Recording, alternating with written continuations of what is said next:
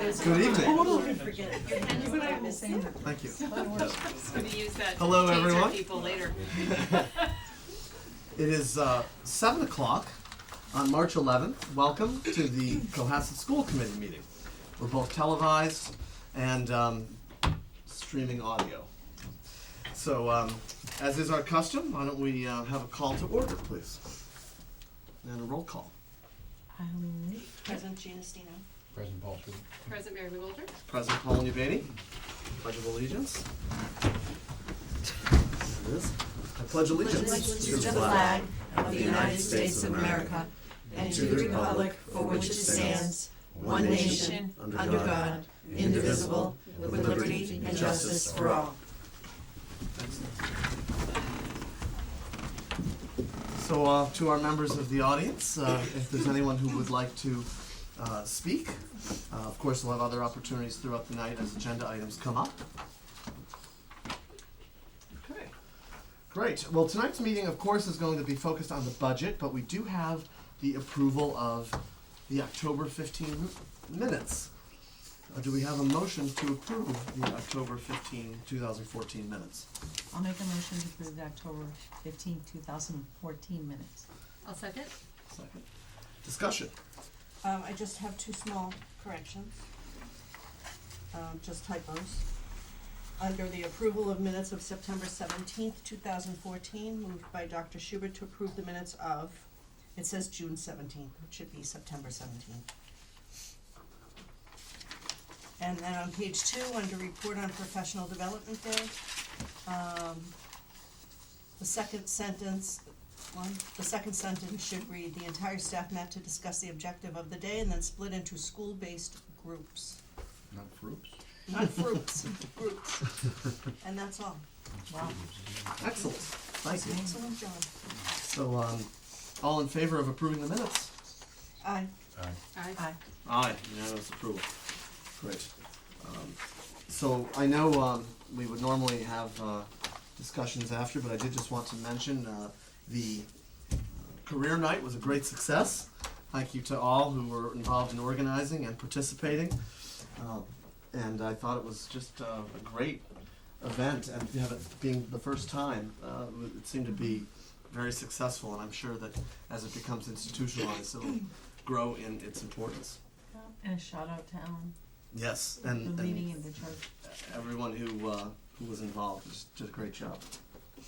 I thought it was quite amazing the wide variety of people in town and their talents and skills. I think it's great to have the kids go and show them. Have the kids go there to see what is available in town, how we all come together and different paths and enrollment in town. So, I think that Mrs. Connolly said there's 70? About 70 students attended. Which is pretty Right. awesome. That's wonderful. It was a great first start. Totally.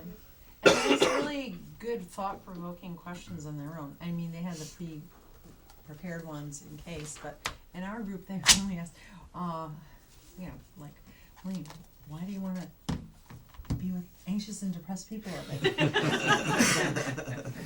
So they were really good, just right up front. I liked it. We have actually an attendee in our midst. Can we put you on the spot and ask what you thought of the evening? Sure. I attended the business and marketing sales classes with Ms. Overgany.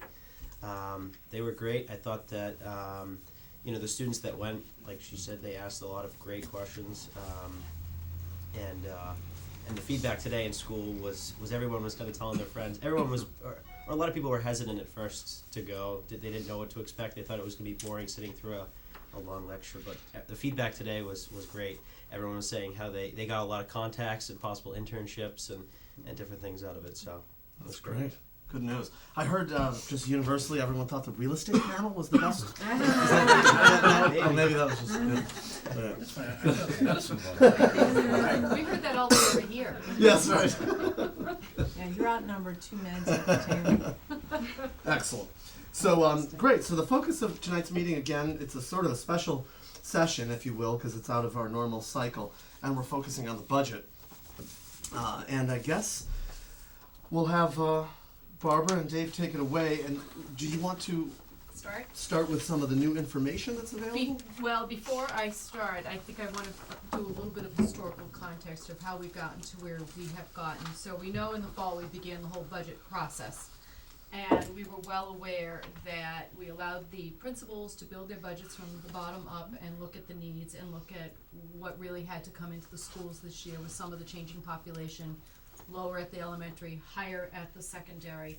And what we did, and we asked the principals to come in case you have any specific questions of them, but we worked collaboratively as to what we needed. And the first time we gave you the budget, I'm sure you noticed the number was enormously over the number that had been given to us by the town. And during a series of our leadership meetings, and then independently, the principals with their independent faculties at the faculties of their school, we whittled away the budget, trying to figure out what it was we could work without next year, and to meet the number of the town, because we promised we would not exceed the number that we were given.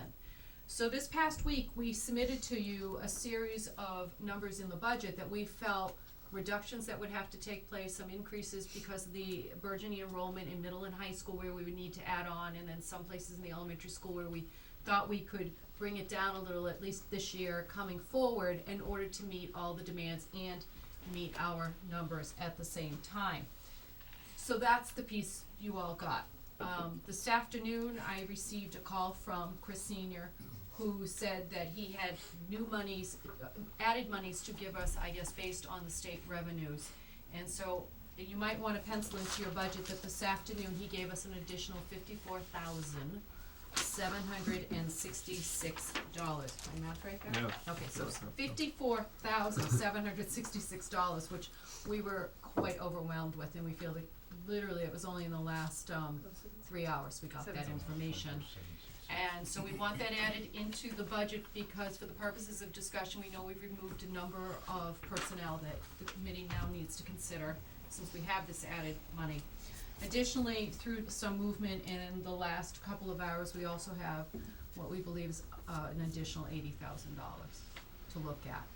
And that brings, Additional $80,000 on top of that? From Yes.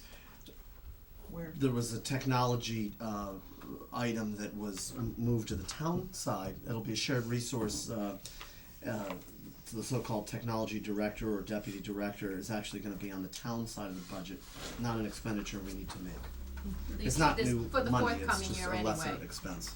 Right, so for the next 12 months, it will certainly be on the town side, and so we need to recognize that. So our number, our new target appropriated expenditure will be 17,505. Do you have that? Well, I just got the information. But not, and that's what the question is, but you don't actually add the 80 on top of that because that's just coming off the bottom Comes line. off Yes. the top. I think Right. what's Or rather, really, the split, Well- the split. Comes off Well, the it's top not before the related to split. this. It comes off the top before the split. Right. Thank you. Our expenditure, our allocation though is 17,505 then? Well, you gotta work it out. Yeah. Yeah. Okay, well, So so we'll get to He's the got his number. calculator. yeah, right he there. has, I know. we have our phones Yeah. fully We'll be charged to get us through the deciphering night. it now. I think what is really critically important for the committee to understand that this was a collaborative process. You know, we have two of our principals here. Our third principal, Mr. LeCount, couldn't be with us tonight because he has to complete a course that's required by the state. And because of all the snow days, it got pushed into March. So this Wednesday and next Wednesday, he's tied up. But nonetheless, we worked very collaboratively. In fact, last week we were in the dining room of the senior center, and every panel had a post-it on it where we were adding and taking away and figuring out whether we could afford to take something out of the budget or where we had to make a correction because we had made an error already and had to add into the budget. So I think if you ask the principals, you ask Mrs. Demas, you'll see that it wasn't a single person doing it, it wasn't a top-down decision, rather it was done among all of us. And then when we knew we had to make some cuts, we also asked the principals to go back into their buildings and work with their faculty in their buildings, as I've already said, because we really wanted this to be a community effort. And we feel I'm sure you can agree, that we really worked very hard, and I'm most appreciative that everybody was able to come and make some sacrifices and also put forth what they knew they really needed. Well, I really appreciate those efforts because we obviously rely on your expertise. And one of the first things we talked about was, we don't want to do things top down if we don't have to. And so it's really helpful for you to come, sort of the way the budget should be built, bottom up, and propose things to keep the budget in line that you feel are not gonna have a material impact.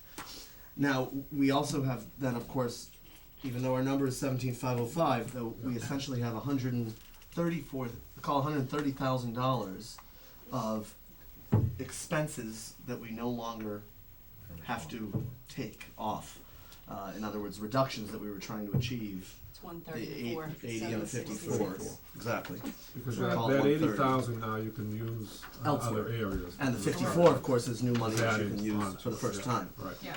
So that's just something for us to keep in mind, as we look at closing what was a $359,000 gap, we're now closing a $230,000 Well, the difference was gap. 372,294 gap. $358,900. We had gotten another 20 in there a couple of weeks ago. Couple of weeks ago. Right. This It 372 was $350 as instead of of $372. January 21st when we first presented the budget.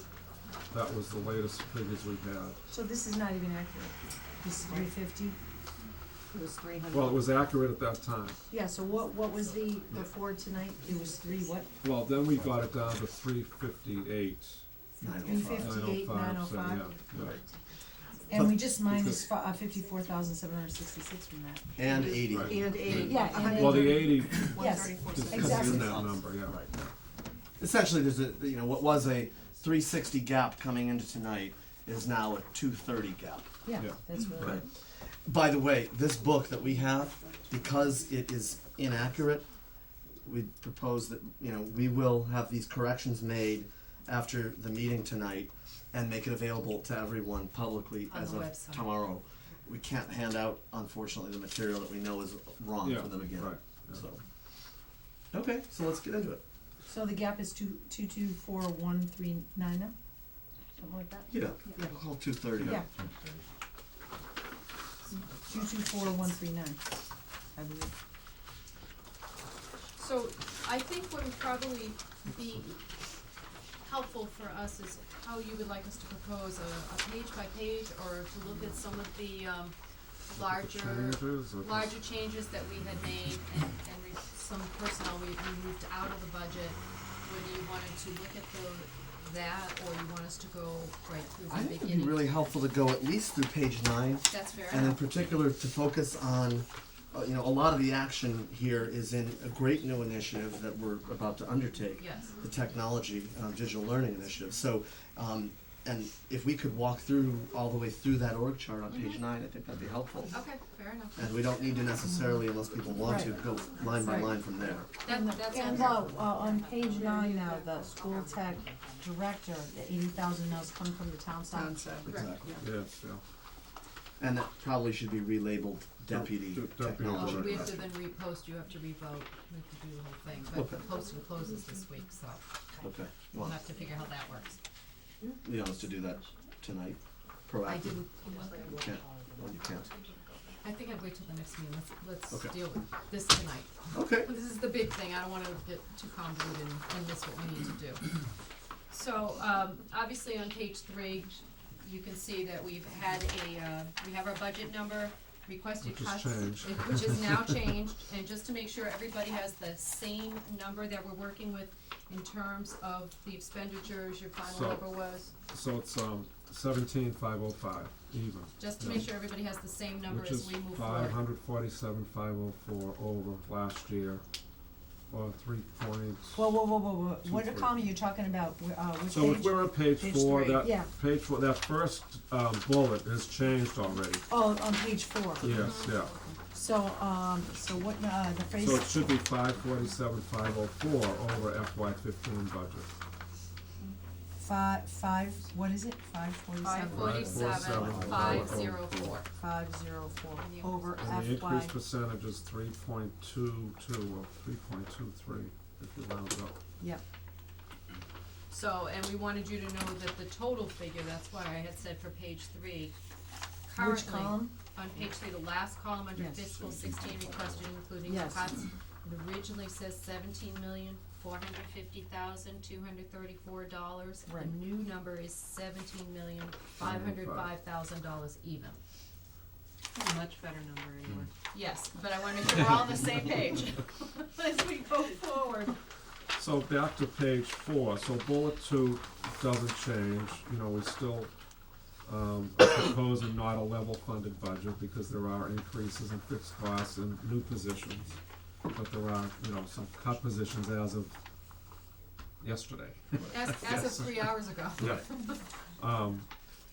We still have in the budget 3% increase for out-of-district tuition, and just budgeting for current out-of-district students that we know about. The circuit breaker again has stayed the same, it's expected to be 444,508 that we take as an offset. That hasn't changed, that money is funding that comes in this year, that we use for the next year. The fifth bullet, the school bus lease payment. So we met with capital budget last week, and they are helping us out with the bus lease. They wanna make us whole, so we're not, you know, trying to find the extra money for that bus lease, so they're actually contributing $60,000 to our lease cost of $127,038. So then only in our budget we'll be spending $67,038, and the capital budget committee will put up the other 60.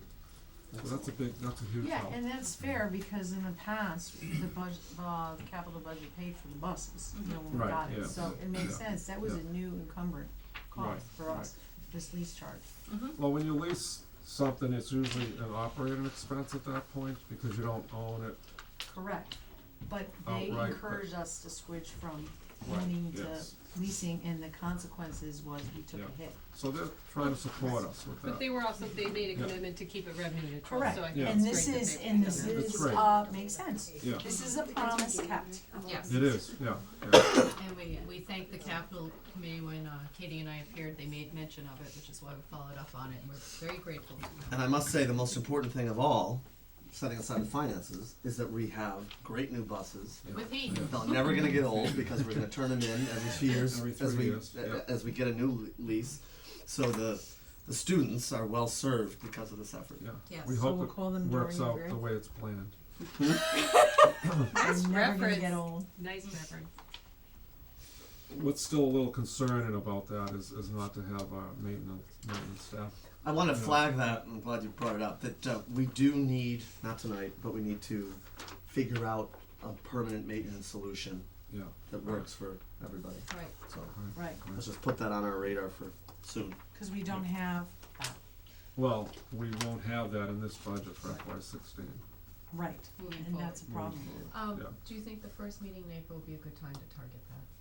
Yeah, whatever. Maybe we the first think, meeting in yeah, April, yeah, we can target yeah. that. Let's do it. I'm just gonna make a note here. Yes, I will write Okay, that down. thank you. So we need some maintenance, you know, some maintenance money. We have, Well, there's maintenance, there's a budget for the maintenance. There's maintenance budget, but it's not, it won't be maintained in-house, any maintenance we do, we have to send it out. to have them. Exactly, Right. Yeah. exactly. And we'll discuss it more in I mean, April. because we do still own, we do still own our own buses, you know, that are older. We didn't lease all of them, but that's for another day. On page 5, again, this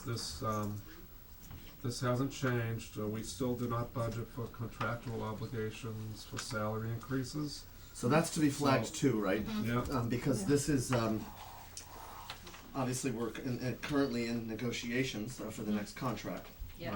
right. But I think an important note is, if I have the number right, we are our budget does call for is a 3.2% increase, which is essentially the steps Steps. and the And columns columns. that we Right. anticipate Yes, will happen. and that is That's in here, built budgeted. in. That is already That's budgeted. already Right. budgeted. So what's missing is the contractual increases, if Any any, new as they go money. through, Right. right? Yeah. And Yeah, Correct. they the should last take 3 part. years contract, if I remember right, it was something like two, 1.5. Yeah. It totaled One to and a half. be, I think it was 5.625 or something weird like that, 5 point, Over 3 years. yes, So, but- over 3 years. For Over the- 3 years, yeah. So it's important to note that we don't have anything accounted for currently, Right, Right. Right. so. and we had that problem 3 years ago, so, Right. we had, we sort of figured out something. So, But we did want the committee to be aware that, you know, we're really taking this where we need to. And then the next item on this page, again, this budget assumes no increase in athletic fees or transportation fees or full-day kindergarten, so those are as they are today. And Uh, in good go ahead. faith, that even if the committee wanted to consider it at this late point, we've already put all those, except for the bus transportation, we've already put everything out for this year. We could not, you know, morally increase anything. We've already had people, students sign up done. for full-day kindergarten. Parents have and- committed their funds based on Yeah. what the numbers were that we've given, And so we- we would never ask to increase this year. We didn't want to increase that. Right, we didn't think you did, but if it was a consideration at all, we couldn't do it till fiscal 17. Next item, unemployment benefits, we budgeted at current rates, that $50,000 that we've been able to work with for the last couple of years, we've been covering our expenses with that 50,000. The athletic, budget assumes adding, a couple of new sports, freshman field hockey and girls ice hockey. And I believe there's also a coaching stipend for snow skiing in there too, that we're, I believe there is. yeah. So this is another one we should just flag. We're in active negotiations, so we won't discuss too much, but it is noteworthy that there are other stipends, stipended positions being considered. Right. And some of them we have discussed in the past, so I think it's fine to mention them, such as robotics, Lego, travel, French trip, and so on. So this number again is a little probably understated, so we should flag that as an issue too. Go back one. And then the last item, oh, go ahead, Can you go sorry. back one item? Can you tell me, I see how much I know how much we budget for unemployment, but Yeah. do you know how much we've used over the last couple of years? I think currently, Is there usually, there's usually excess, but I'm just curious. yeah, I mean, I know right now we're up to about 38,000 that Okay. we've expended this year. And then we still I- have several so- months left. Right, right, Okay. but I think people are coming off now. I mean, Right. it's been close to the 50. But if we had done what we thought we needed to do, or what was proposed Well, that to may do, have then changed things, that could right. tip the scales Yes, Yeah. in definitely. an unpleasant way. Correct. So, Right. Good point. more than one unpleasant way, but in, you Yes. know, Yeah, yeah, that yeah, also. You're yeah. absolutely right. Superintendent, what was, I was spacing out, the second item, you were saying something about, assumes no increase, yeah, we The know about fees. The Yeah. So fees. we were addressing the fact that for things like full-day kindergarten, Right. athletic fees, parents already know the number that's out there. Kindergarten, because parents are already enrolling, know if they want full-day, what Yes. that cost is. Right. We would not turn around and say, well, even though you thought it was this amount, we're upping the fees. No, We would not request any changes before fiscal 17 if the Got it. committee desired a change. Correct, And we're not asking you to change, but Totally. if you did, not before fiscal 17. totally get it, that makes total sense. So back to Mrs. Stino's question on unemployment. FY14, we expended 49,432. And then FY13 was 35,253, and Wow. FY12 was 36,752. So we're. So we've been under the 50,000 for the last few But years. you wanted to stick with the 50, right? Well, I You mean, just we're, don't know, We you don't know. know. for Yeah. fiscal You year know what I- 14, we were very close, we were only Right. a few Yeah. $100 Yeah. away. Exactly. We don't wanna be going there Yeah, and having to find money to Right, We don't disagree. cover that. especially in the way you budgeted here, you know, took some cuts, so, yeah, that Right. would reflect the unemployment. Yes, it will. it could, yeah, right. So, No, go You ahead. want me to do that Yeah, one? go ahead. Oh, you sure? Sure. Okay, I've been Yes. practicing all day. So on page 6, you'll see some other assumptions. These are the assumptions that add to the budget. I know that Mrs. Conley came, 2 meetings ago, I believe, and talked about the increase in enrollment at the middle school and the high school, that it's dropped about 400 students, 40 students, sorry, at the elementary level, and they've come on to the high school, 400, whole the school. have a vacation. In any case, we have a number of positions we need to add in order to keep the classes from burgeoning to about 45 students, to make sure we have a place for them to go. You notice that for this budget, we assume an additional 0.5 physical education position. That would be at the middle school, and again, a 0.5 health education position, that would be at the middle school. When we assume the cost, we assume approximately what somebody would be coming in a master's step 3, 4, 5, 5 years, generally. Yeah, yeah. So that's the cost at half-time. And then again, at the high school level, we look to have a 0.5 position for math and a 0.5 position for science, trying to avoid, particularly in math, losing some of the AP classes. And what I like about this is that, you know, we don't have professional status for 3 years. So you have a small group coming in and a large group going out, and then it gives the principal a chance to adapt in 3-4 years down the road. Mhm. Right. Then you're gonna keep the heavy hitters, the ones that you feel are the strongest, and you may not keep the whole group there because you may not need it. Because you have in the high school, you're gonna have a smaller group coming in eventually. Yeah, and it'll be stable. Because it's really hard to have somebody in high school, get recertified to become, you know, or somebody, you know, if you have a bigger class down the road, you have to stick through certification through usually K through 6 and 7 through 12, so it's just hard when you have to flip it the Okay. other way. We've done that in the past, once in a while, but it's still hard. Can we ask Mrs. Conley to explain to us one more time how she intends to mitigate the other specialist Yes. classes that are burgeoning and busting at the seams? Because obviously phys ed and health ed, you can probably offer those and maybe take some of the students out of the other specialist classes to ease that, or is that how you're planning to do Yes. that? So as I shared a few weeks ago, the hoped for result is that the students will be able to take an extra trimester of phys ed in the 6th grade, and that would allow Mr. Knight to have reasonable course loads for 7th and 8th grade, as a full-time specialist teacher is allowed to teach 15 sections during the course of the year. If I could take my current or next year's 7th and 8th grade and spread that across those sections, and Mr. Knight could have a smaller group, he teaches the STEM course.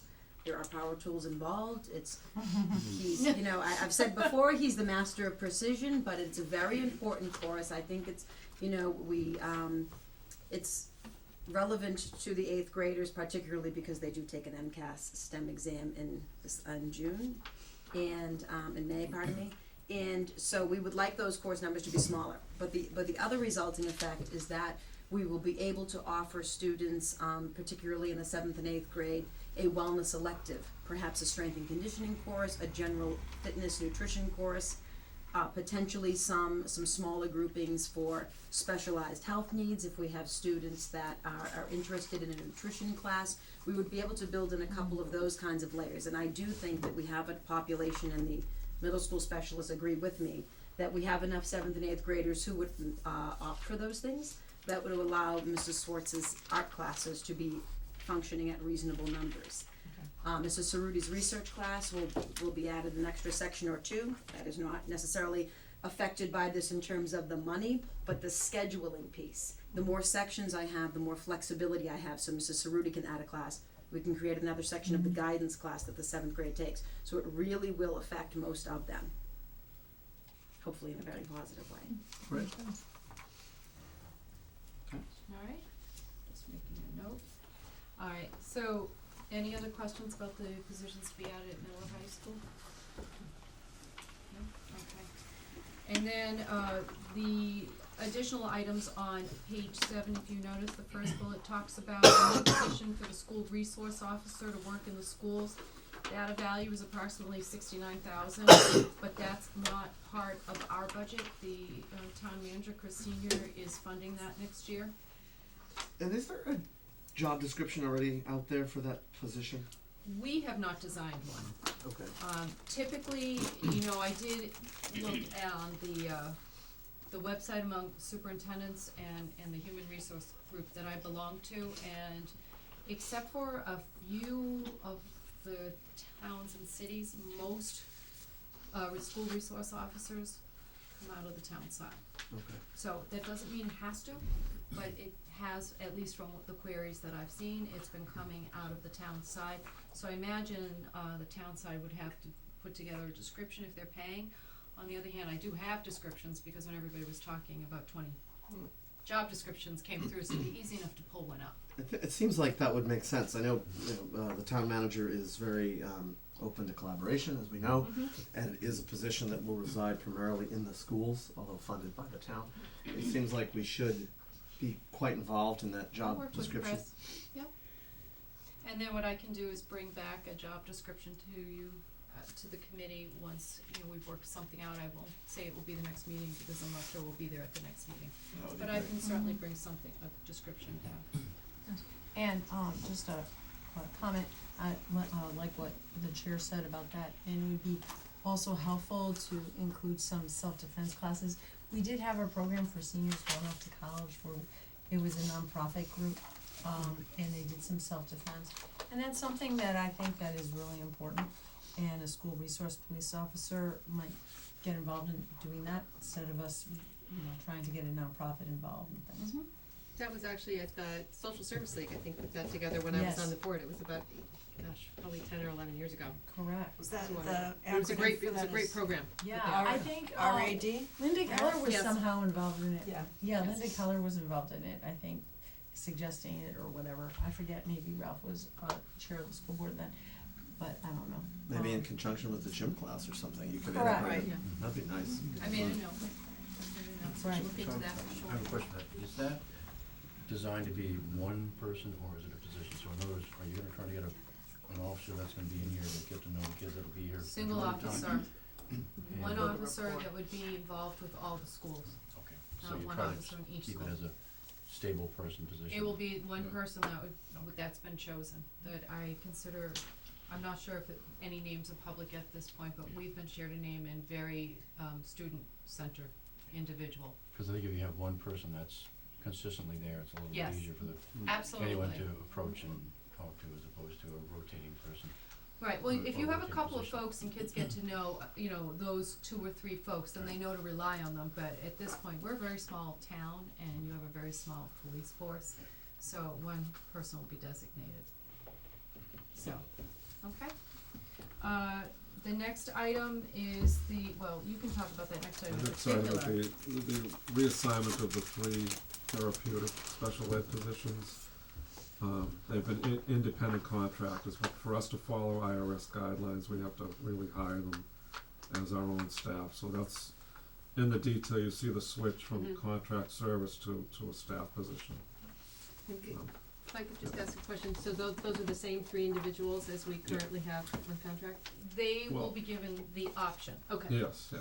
If they choose not to do that, then we'll obviously have to fill it with Okay, someone else. because as well as them moving over to salaried position, the dollar amount has gone up as well. Mhm. for Payroll those taxes, taxes, positions. yeah, Yes. yeah. other Well, then Costs. they're on the salary scale at this Okay. point too, on the union. But that might Contract. not necessarily be what it will translate to. Right. Okay. We're working with legal counsel right now, so I would say we've rounded out a number, but we're not sure that is where it will sit in the Okay. end. There'll also be some costs And then that maybe, we don't bear, of Yes. course, right, OPEB, yes, Right. yeah. healthcare. Healthcare, pension. yeah. Right. Okay. Can we also request that those positions, that those people be informed before the posting? They've already been informed. Okay, great, because there was a little bit of a This is mix-up very in the different. past. This is very and- different. We've been working with Patty McGrail for a long time. It's not gonna be a surprise to anybody. Okay. The next item is the technology positions. So clearly, the school technology director, you can just put a little X through for the moment. And by the way, this dovetails nicely with the org chart, if you find that helpful, I do. Yes. So that will be removed. We have an instructional technology support That will be, position. well, the org chart will Oh. be moved over, Yes. right, would be Yeah, covered. we have to redo the org chart. Yeah.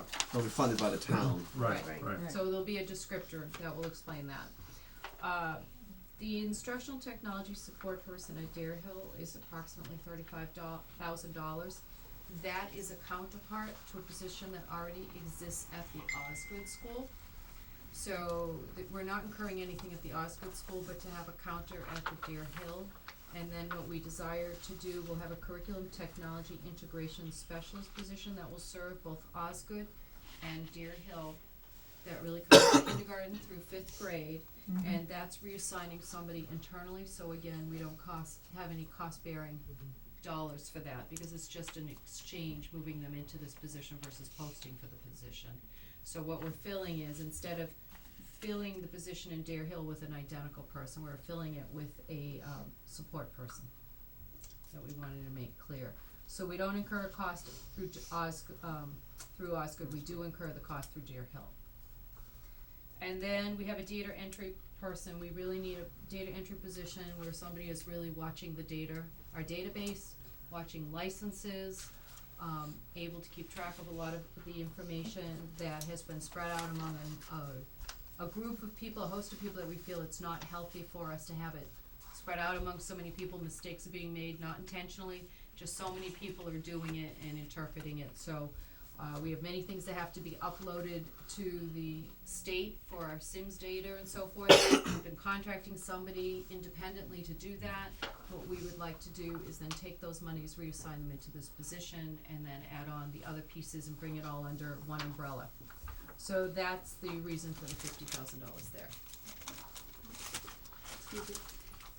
Just maybe for clarification for the audience, if you could just, because that position was not filled this year, let us know how the money's been spent to date. To date, though. Well, it has been, it's been spent from Contract services or? some contract services Okay. and, the students that Rob had hired from the Okay. For the help summer on, desk. Okay, like for the help desk thing. So I think we've spent about 35,000 All right. out of the 50 right now. okay. I thought it might be useful to summarize around. that in another way, just to make sure we're all understanding it the same way. Good choice. So, in fact, just skipping ahead to the page 9, to the org chart, you know, if we look at the positions, you know, and start, obviously, there's the superintendent and the town manager. If you look at the chief technology officer, that's a position that will be funded by the town, so no effect on school budget. Then going to the left of the org chart, the so-called deputy technology director instead of the school technology director, recognizing the shared nature of the resource, again, paid for by the town. And then moving to the right, the municipal technician, that's the $35,000 position that's noted above, right? And that's paid for by the schools. No, that's on the town side. That's the town side. Thank That's you. why it's municipal. No, they're over here. Okay, that's the town. School side's Okay, on the left. I Network guess. technician is here. okay. Then the web design contractor, that hasn't been Nothing to do mentioned with yet. us. That's Okay. town. That's That's town town. again. Okay, and I believe, okay. We're gonna have our own Chris has piece some dealing resources. with the Everything on the right side that kind of It's gets town side, attached to the town manager, you know. Yep, is although, on the No, top. not the application database specialist. though. Except Which is that. like That three, that that's dovetails kind of- off. That dovetails off in the other way. Right. Yeah. That's not attached to Right. the one on the right. okay, so then It's not a going subset. again back now, again, to the level below, the deputy technology director. We've got, curriculum technology integration specialist. That's the budget, the position that's already in the school budget, and it's just kind of a reallocation of resources. Yes. The network technician, we have $35,000 allocated. It may be an outsourced company, it may be an in-house person to be determined. And then the application database specialist, that's $50,000. It's in the budget, but not being used it used for right now. For It's this using for person something else. specifically, well, we've contracted independently some people to do some of the pieces. Okay, And then we're using the rest of it in a help desk manner for the moment, okay. so that So we we'll, haven't this had to will pull really that be a money. reallocation then. What we use here, we won't need to use in contract services and so on. Okay, all right, then the next line down, of course, are the two Osgood and Deer Hill instructional services. One's in the budget already and one is new. Okay.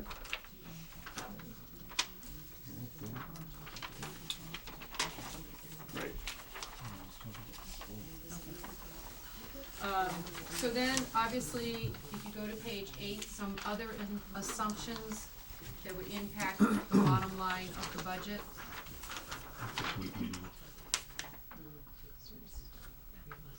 First of all, the increase of the high school choral teacher, it's not 0.5 to 0.6, it's 0.5 to 1.0. I'm wondering, that's a lot of money for point six. And that is why it's a lot of Did money. that to see if you were reading. Yeah, I'm paying attention. Good. $240,000 per year. Yes. So that position was a 1.0, but because it wasn't fully subscribed last year, we used some of that funding to pay for some other teachers internally. So the money didn't go to waste, but at the same time, we need to, the program is growing rapidly, lot of signups. Yes, 3 out of the 4 grades at the high school for next year have registered, and we will absolutely be able to run Miss Aronson's 12 quarter courses, 8 chorus, 4 guitar is what it'll probably break down to. Awesome. Yeah, I don't know if you've met her, but She's great. real She's spitfire. active. I mean, very exciting to see her in class, see her really motivate the students, very exciting. She worked on the musical. We're very glad she's with us. That's great. So, we certainly wanna make sure she is able to do what she needs to do. So that is obviously where she'll be working 1.0 at that point. We have a question from the I'm audience. sorry. Yep, sorry, Katie Dugan, 100 Black Rock Road. So, the page that you're on now is new information, is that correct? Because I don't think this has been previously considered in the budget before, is that correct? Yes. Yes. Okay, Yes. so we're moving on to new information in terms of the discussion today. Okay, so the impact of that change is roughly $26,000, something like 24,101. Thank you. Excuse me, I thought that was in the prior budget on the 24th, no? Was that No, half? not this No, piece. that's Okay. just Not the this half. particular Just the piece. half, okay. Just the half, yeah. Thank you. So there's 5 new things that we'll talk about. Okay. But Thank they you. may That's one. change now As that we're we, talking. Right. because we have that new We have information from the adjustments town manager. in real time Yeah, since the Right. book's been published. yeah. Okay. Right. That's why we didn't wanna do any booklets till we work this through tonight. Okay. So the next item on there, the second item is reductions in supplies, materials, professional development that we do, because there's a part of the contract, the teachers, the collective bargaining agreement, where they have professional development monies put aside for themselves. But we have monies that we put aside, so we have a cut there, and virtual high school as well, we did some cutting there. And And that totaled $32,540. And that I have a question about, Yeah. in terms of virtual high school. Has there been a decrease in use, or, I mean, is this gonna have a problem? Cause I know that it's used a lot. There has not been a decrease in use. The conversation was around cutting approximately half of the seats, so we would still have students able to meet the needs of kids or the coursework that they might need to be applying to competitive programs, or hopefully to foster passion that we don't have a class that we can address within the high school. However, we do have room for students in elective courses, and at the risk of cutting other things, it seems to be collaboratively something that we could live with for a year. Totally, but you said half the seats are gonna be cut? So instead of 20, we would have 10. Okay. Wow, okay. So you have one semester instead of 2. We also, So- yes, Yeah. we also have not had great success with students enrolling in AP courses on VHS. Neither the coursework, student performance individually, nor the scores, but more importantly, the work that's been happening. And there's also an additional fee that, that we haven't always budgeted for, so they're pricey. And we don't think that the experience that the students are having taking AP courses at that level is, what it ought to be. And again, as this is about 7,500 of the 32,500. So as we reevaluate, but it's something to be considered amongst all the considerations. Right. Good. Looks like Just a follow-up to that, what's the percentage of those seats or students taking it, are taking it AP? Or, It changes every year. okay, So I would say right now we have four only out of 20 seats. But again, the AP course runs in the entire year versus students that are able to take the semester courses. I think we have. So most of the people taking it are not taking AP? Correct. So if you made those cuts, you wouldn't be able to do an AP if you're only offering it one semester.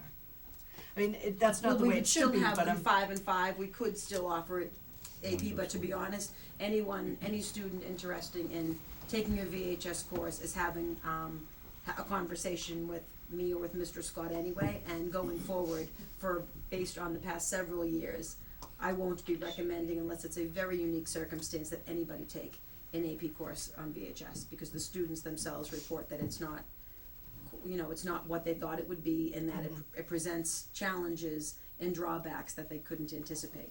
And in terms of it taking the entire year, if that benefits one student, when two could benefit taking semester courses, I think there may be an equity issue there too. So, question, so if they do an AP, it would just be 2 seats? You do one semester, 2 Yes, semesters, so exactly. it would just be 2 out of the 10, yeah. 2 out of 10. So the savings would be about $7,500, is that right? If we cut it in half, yeah, the number of subscriptions. And I think you might find Mrs. Demus has a Yeah. comment that she Yeah, can add to this. the area superintendents have gathered to promote more applicable virtual high school courses. Teachers have started training today in the area who will teach particular AP courses or courses such as Latin 1 or some kind of very specialized courses that have interest in the area, which we can buy seats for. The beauty of that is it follows the school schedule as opposed to a college schedule. So there's no gap in the school schedule and the accountability. And they are area Massachusetts-based educators that are mostly on the South Shore. So we've been discussing with them the cost and the availability. We can always work into that as we do. It's just another resource. So it seemed that that was a possibility when we discussed this kind of, if we had to cover, we still have that availability. And if we have a teacher who trains to teach within that realm, we get a free seat. I know we have a few questions from the audience. If you don't mind, can we just finish these 3 bullet points and then come back? We won't go too far into it, so you'll keep your thought, but I'd like you to be able to get through your Okay. points. So point number 3 is reductions in teaching positions, stipends, retirements, and those total $267,995. That's really the bulk of where the cuts are. The retirement is pretty straightforward, so we were able to reduce the salary for that reason. And then a series of teaching positions, predominantly at the elementary level, and some stipends at the middle school level that we can break out for you, but at the very least, that's where the bulk is. The 4th item, we have a paraprofessional position that's currently paid from the kindergarten revolving, for a budget savings of $22,471. We would be doing. So that's in the budget, but we're gonna reassign that to the tuition account. So that's out of the operating. So you're not losing a So it's position not there. a staff Yeah. member. Right, No, you're no, not it's losing not a a cut. position, It's just a it's just a transition. transition So of you're where they're being paid. transferring Where the them funds will come from. Where the To funds what will be account? paid. The kindergarten tuition revolving account. Okay, And why wouldn't it have been there in the first place? Can't do teachers, but can do. Parents? Right, Parents. remember, cause we got in trouble. We We when can't do a did the- full day salary of the kindergarten Right. teacher. We can take half of the salary because half of Half, the day is paid by right. the grant. Correct. Well, half because we owe a half-day kindergarten. We owe students half-day kindergarten, so you can't put the full day. On the grant. Why wouldn't though Tuition. this have done initially? Well, this is really a special ed, position, but what we can do is charge the $240 grant this, and then take the $240 grant amount and charge the kindergarten Okay. tuition. Okay. And then there's next item, last item. Okay, and the last item is obviously the bus lease item for $60,000. That will reduce our lease request by that amount, which we've already talked in detail about. So those are the 5 big items. Okay, so Diane Hirth, 100 Pond. So you were cutting 32,540, I think, from supplies, materials, professional development, and virtual. 7,500 is for virtual. How much is coming out of professional development, and what is it? I think it's 14, Our 1,410. professional development for the district is largely dependent on federal grant money that we gain. And since it's a federal grant, we don't anticipate large cuts as we might more on the state level. So the money that is allocated in the district budget is maybe 14,000. Yeah, So the cut was not the massive. cut was 1,450, 1,450. Right. We still have, Title I supports some of the professional development at Deer Hill. The grant has supported a large part of our professional development, and of course, we need some district, and that's to cover the offset. But it's not a large cut, and it's not the largest amount in the budget. we're really dependent more on grants for our professional development. But do we know what that would be cutting? I think What type of PD it would What be kind of cutting? PD? PD is usually mandated by a committee made from teachers and various educators, so it's hard to tell what that would look like. It would not be ESP support if you're talking about professional development, and I think that's Yep. probably what's on your mind. Yep. If I can answer that, that is not in our purview. As a matter of fact, and if Mrs. Buchanan wants to speak to that, I don't think we even talked about that at all, that would even enter our mind. So it's not ESP, it's not UDL, it's No. not Wilson, it's not No. executive function, No. it's none of the No. things that are critical for the if- learning of the kids. If it puts you at ease a little bit more, we put Wilson as our priority. So, I think we have a supplemental answer. And also, Mary Buchanan, Director of Student Services. Additionally, there has been, grants for special education professional development. And actually, we've used that for some of our district-wide professional development. So that is something that is, but again, that doesn't come out until October, the actual amounts of the grants for that. And that specifically, it can be only used for professional development. So that's something, but, Wilson is, on for next year. You know, it could be, an administrator doesn't go to a conference or, something like that too, so. Okay. much of that the district distribution money really pays for many of the other, for example, administrators, professional Right. development, we don't take from the grant. We allow all the teachers to have all of that. So we have to supply professional development by state regulations, so we have that to cover that. That's really what that's for. But all of the PD that had any special education or ESI or any of those this year did not come out of the district budget that we're looking at. So thank you, that helps. And you mentioned the grants arriving in October, those would be the federal grants? The 274 is a professional development for special education. And it, there's a $6,000 difference between, the year before and this year, so it really fluctuates. And they don't post it until that point. Okay. Well, any other questions right now? Okay. So I think our Well, actually, Heavy- sorry, heavy can I lifting. ask one quick question? Oh, sure. Do you have detail on because there was savings you said at the teaching positions at the elementary level, which is Deer Hill and Osgood.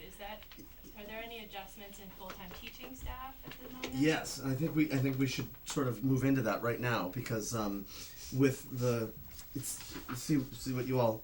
I don't think that Mrs. Steffen was here though when you made the announcement about, we've received some extra monies from the town that have changed these numbers just since this afternoon. Right. So the information that we have here is not correct, so we're not going to circulate it until it's been corrected. But but I think But what the we could do. discussion can happen. Yeah, we can have this discussion. So essentially, where we are is we have about $130,000 more than we had coming into tonight to discuss. Right. We have looked at 5 ways that we've closed the gap, right? And I'll try to characterize them. If people disagree with this characterization, let's talk about it. But the increasing the choral teacher from half to a full position, perhaps we accept that as something that needs to be done for a moment. Do you want me to really just be specific as to the specific folks that are impacted by positions? Is that easier? Yeah, if we could do that once we get to that bullet point, Yeah. that'd be good. The second issue, there's supplies and other things. It sounds like maybe we want to think about, is there a way to put professional development or the virtual high school in? There's $9,000 there to be discussed. Skipping to the skipping the third. The paraprofessional moving to the revolving account sounds fairly uncontroversial, as does, of course, taking on the school bus lease. So, really, all the action, it seems, with the exception of maybe that $10,000 in VHS and professional development, is in the teaching. So, why don't we talk about that in a little more detail? Alright, so, clearly part of that money, as we said, there was a retirement in there. We had a teacher come forward and submit their paperwork, so, we took out the monies for that, $45,000 for that. What grade was that again? Second. Yeah, second. Second grade. And wait, sorry, the 45,000 is the difference from where the teacher is retiring on the pay scale to what it was, like A new hire would cost, estimated. And do you assume the starting level, or do you assume somewhere in like the first? It's a good question, what do we assume? We usually assume about a master's, Step five. step 3 to Or 5. 3 to We 5, play yeah. 3 to 5, depending on a person's experience, where Okay. they come from and what their Depending on training the has position been. too. So we're removing what might be a master's or higher step 16 and replacing it with a master's step 3 to Right. 5. Right, and then when you take that and consider what's left in that position, we actually removed the second grade position altogether. So that was one of the cuts we made, was the Okay, but that's the second, so the first issue is there's, the 267, 45 of it is from the retirement. Mhm. Okay, next, And 53 of it is, 53 is from a It's an proposed actual- grade 2 teacher reduction. yeah, Correct. so that would bring us down to 6 teachers. And what else? We have a grade 4. Now, we just want, also, let me preface it by saying, removing people from their positions and taking teachers out of the schools is not our first choice. But we also know we have a number to make, so I wanna be very careful how we. These are just proposals. These are Excuse me, in the proposals. grade 2, there was no teacher removed, there's a retired.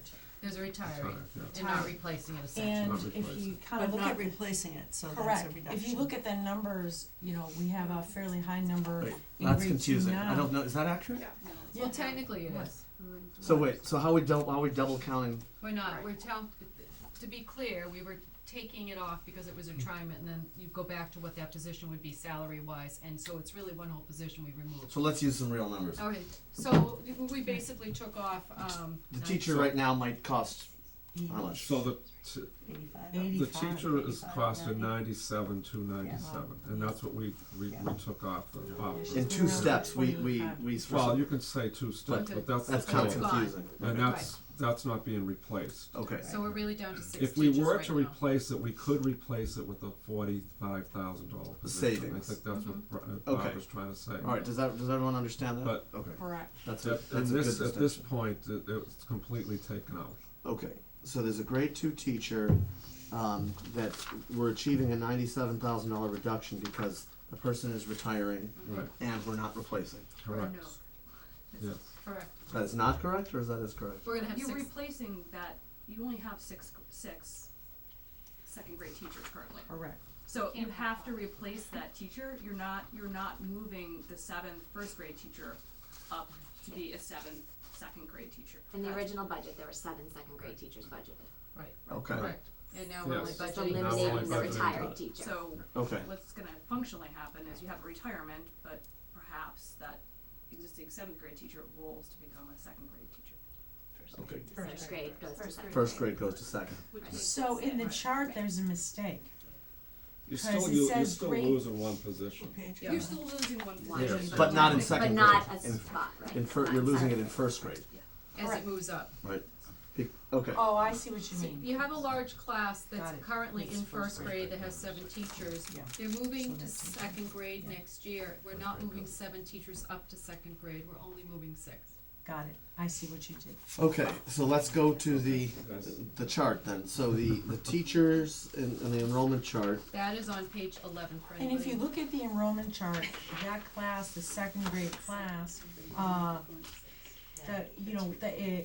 basically, it went from, It's 124 second grade this year, it will be 133 next year. correct, that's why the Okay. size is different. so currently there's 7 teachers in first grade and 6 in second. Next year, in the step process here, grade 2 is gonna lose 1 through retirement and go down to 5. But because we would be moving 1 from first to second, grade 1 would go down 1 to 6, and grade 2 would go up 1 to 6. Yes. Okay. Yeah, so the original plan was to move that first grade teacher up to the second grade to make All 7 along. teachers. Right. Okay, Alright. good. But we So, figured That's what we that out. had in not the to panic, January. grade 2 is not losing a teacher on net. It's still Right. keeping 6 to 6. Both grades will still have 6 each. Okay, and the net savings though is nevertheless 97,000. Yes. Okay, Parker, you got it. I don't think I have to tell you anything you all don't know. But since I think I'm the only parent of a first grader that's here. You should raise your hand too. That's right. So is Mr. Olivetti. Oh, yes, sorry. And Barbara Stephens from 60 Jerusalem. I can guarantee you that the room will be filled with a lot of first grade parents at the next meeting. I mean, I can see the debate from both sides, and I will send you, I have the data, I didn't bring it tonight, on for elementary school sizes in other districts. I know a lot of people believe that class sizes at the elementary, you know, it's fine to be a certain size. We are not on the smaller size of class sizes around here. We're similar to several of the Hingham schools. I have the data, I have the sources from the principals, superintendents, and mostly actually assistant superintendents that I've spoken to.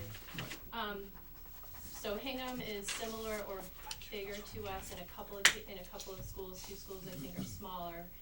Situate has overall smaller numbers. Norwell has overall, I'd say, significantly smaller class sizes. Duxbury has similar numbers but greater support in the classroom. So I just, you know, Well, if so the money's there, appreciate it would be a valuable place to. We appreciate the comments, and I know that obviously we've had lots of discussions about this in the past, and I think everyone remembers them. We, I think right now, are not making any decisions, and in fact, we have to remember the whole context here is we do have $130,000 to make adjustments to what is proposed here as the cuts. So we'll definitely keep it in mind, and just for the data's sake, over the last 11 years. As we know, we have class sizes have ranged from 18.0 to 24.0 students in a class on average since 2005. And on average, right, it's been about 21.6. And currently, if we kept the 6 teachers, it'd be a little on the higher side of average at 22.2. But again, there's no definition here for sure, so we have to debate that tonight. Right. Yeah, just a comment. Yeah, I have some concerns about that. It seems like the grade 4 situation is a no-brainer, cause you have 140. Well, we haven't covered Well, I that one haven't yet, gotten so to let's it. cover that.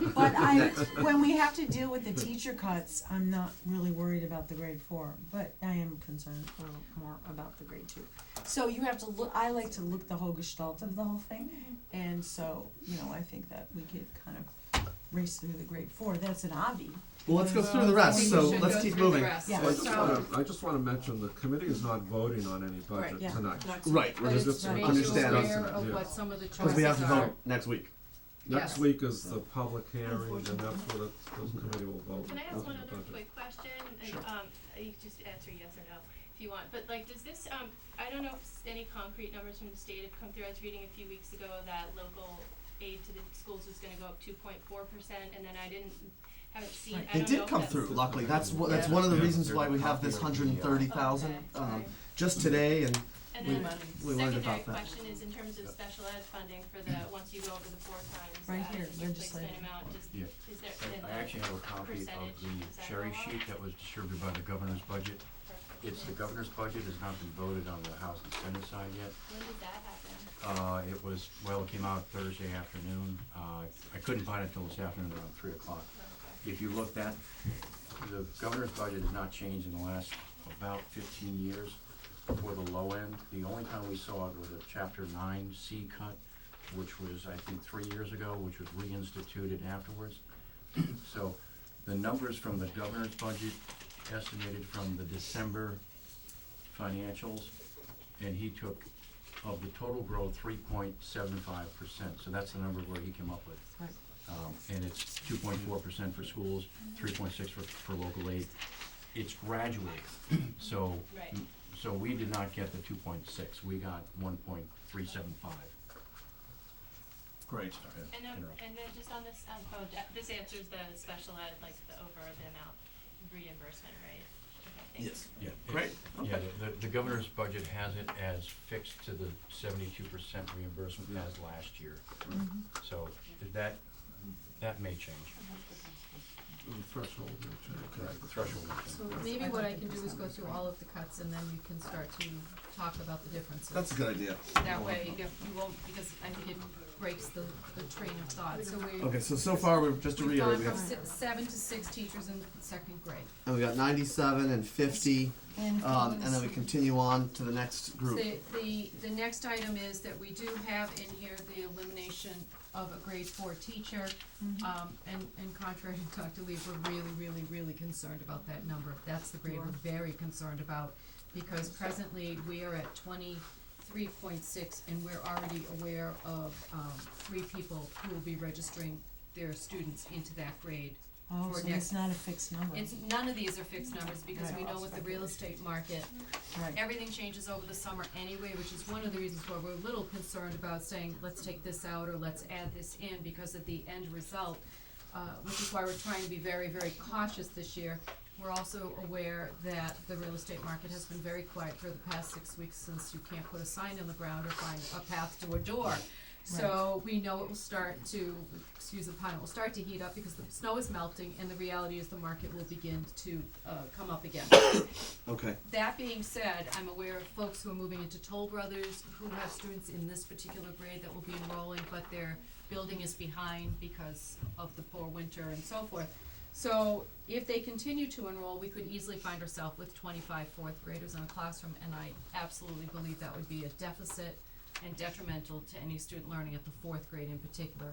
Less nervous about a 5th grade at that size, very nervous about the 4th grade at that size, and I believe Dr. DeCaro would probably be able to add some comments if you want any from her down the road there.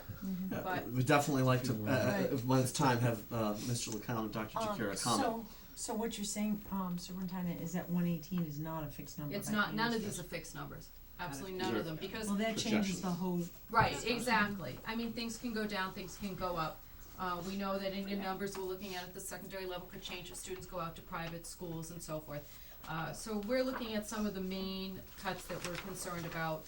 So we have, adding on the grade 2, taking out a grade 4 teacher in the moment, and also removing 1 preschool position.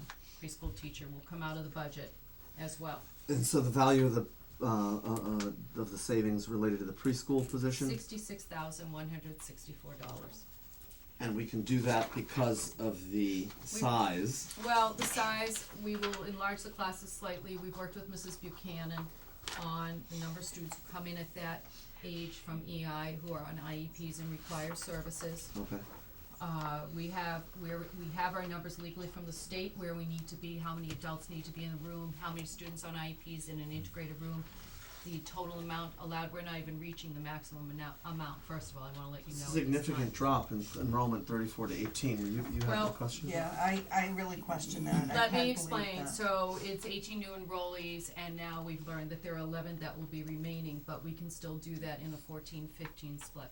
And I would So recommend 11 that. in addition to the 18. 11 that are currently in 3-year-olds will become 4-year-olds. Oh, okay. Yeah, Does that mean 29 then? yeah, Okay. and that's okay, we can do that, we checked, we have numbers, we are allowed to go up to 20 preschoolers in a classroom, we're not asking to do that. We're at about less than 14 15. in one and 15 in the other. With 2 adults. So we believe we can eliminate 1 preschool position Okay. and feel comfortable doing that. So we have 3 preschool positions now? I must We have So- 3 classes now. 3 classes. Okay. Two positions. How does that work? I'm trying to figure that. Yeah, that doesn't make Well, sense to me. one They're is not a, full-time. yeah, one is a .8 and one is a .6, I Six. believe. Neither of them are 1.0. That's why. So you have 3 preschools which require Yeah. 1.5 FTEs. Basically, yes. Okay. Out. Pretty much. So Because they're not full-time classes. we would Right. have 1 No, they don't teacher, work- we'd run they a don't do morning on session, Fridays. and we'd run an afternoon session. Okay. And now in the new scenario, you'd have how many FTEs? Still the same? You have a teacher and you'll have an assistant. 2. 2. Excuse me, I'm a little confused on the chart though. You say the projected class size is 9 because you have 18, so the 18 is No, at 29. 11. 29. It has to be, Oh, it has that's to be right. adjusted because Oh, you we just got new adjusted. information that it's That's a 29. huge, So that'll increase. be adjusted, yeah, Okay. for the next time. So it's 18 new enrollees, and then we'll talk about preschool in coming months of some new models we'd like to be looking at. But for the current moment in this budget, we have 18 enrollees coming in, committed, and we have 11 students that will be moving on one more year. Okay, So we would do 14 in one room, 15 in the other, integrated, and then we would have the 2 adults. okay, so Which is now, under the legal mandates. so we, just to summarize again, that 267, called 268, about 98 of it was from the retirement, Yeah. about 50 from 4th grade, Mhm. Right. and 66 from, One from, yes. Pre-K. From the preschool, yes. and then that brings us to 116. How much are we saving in grade 4? Approximately 50. And then where's the rest? So, and included, some of this was obviously, you've talked about contracts and so forth. Stipended positions, Mrs. Conley, said that she believes that the school can work without middle school team leaders, that the department heads will take over and fully function 6 through 12. And will they want a higher stipend to do that? That's the next question. To take on more responsibility. Not going to be added. No. Yeah, sorry. No, I wanted to respond. I think that I always they, have these great questions. they that make largely people supervise think. their cadre of teachers anyway. And so one of the most important things that the team leaders do is to schedule parent meetings to meet with the team. And Kate Nelligan, the middle school Yeah. guidance counselor, will take on that responsibility. So that is the most important function that the team leader serves, as well as being, of course, a conduit of information and general organization. But if it's something that we need to do without, then it certainly is better than looking at other actual positions, if I may say that.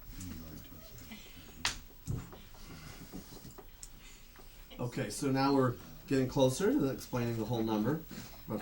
We're also looking to, Did you tell what the savings was on that? no, I didn't, would you like Oh, me to? go ahead, yes. Well, I was gonna ask. So that's, the savings on that is $16,375. I'm the sorry, team I leaders. was on the team leader. The team leaders, yes. middle school team leaders, that would be $16,375. Okay, And this is all It's getting included in your close. book, but just so Yeah. you don't have to try to flip through the pages and Yeah. find it all. We're We're giving getting you a close list. to the 267 now. and the next one? We are proposing to reduce one of our speech and language teachers by 0.2 at the high school level. Excuse me, could you repeat that? We are proposing to reduce one of our speech and language teachers by 0.2 at the high school level. So it'd be a 0.8 position instead of a 1.0 position? I actually think No, it's a It's point currently eight at to a 0.8 now to 0.6. 0.6. We'll go to 0.6. Yes, we'll go. Okay. And Alright. what effect would that have, one fewer class? Well, the speech and language teachers don't have their own classes, they see kids, they push into classrooms for services, or they might take small groups out and offer some kind of support, so it's a little bit different. Mrs. Buchanan did an analysis of everybody's services from pre-K through grade 12, and made this recommendation. We're Okay. getting very close to the 267. Yes, we are. Okay, I know that those are the specific teachers that are, music, one more, right? we're looking to make some changes that would offer a reduction in music of approximately $24,000. Yep, no, you just hit it. Repeat that one more 267. time?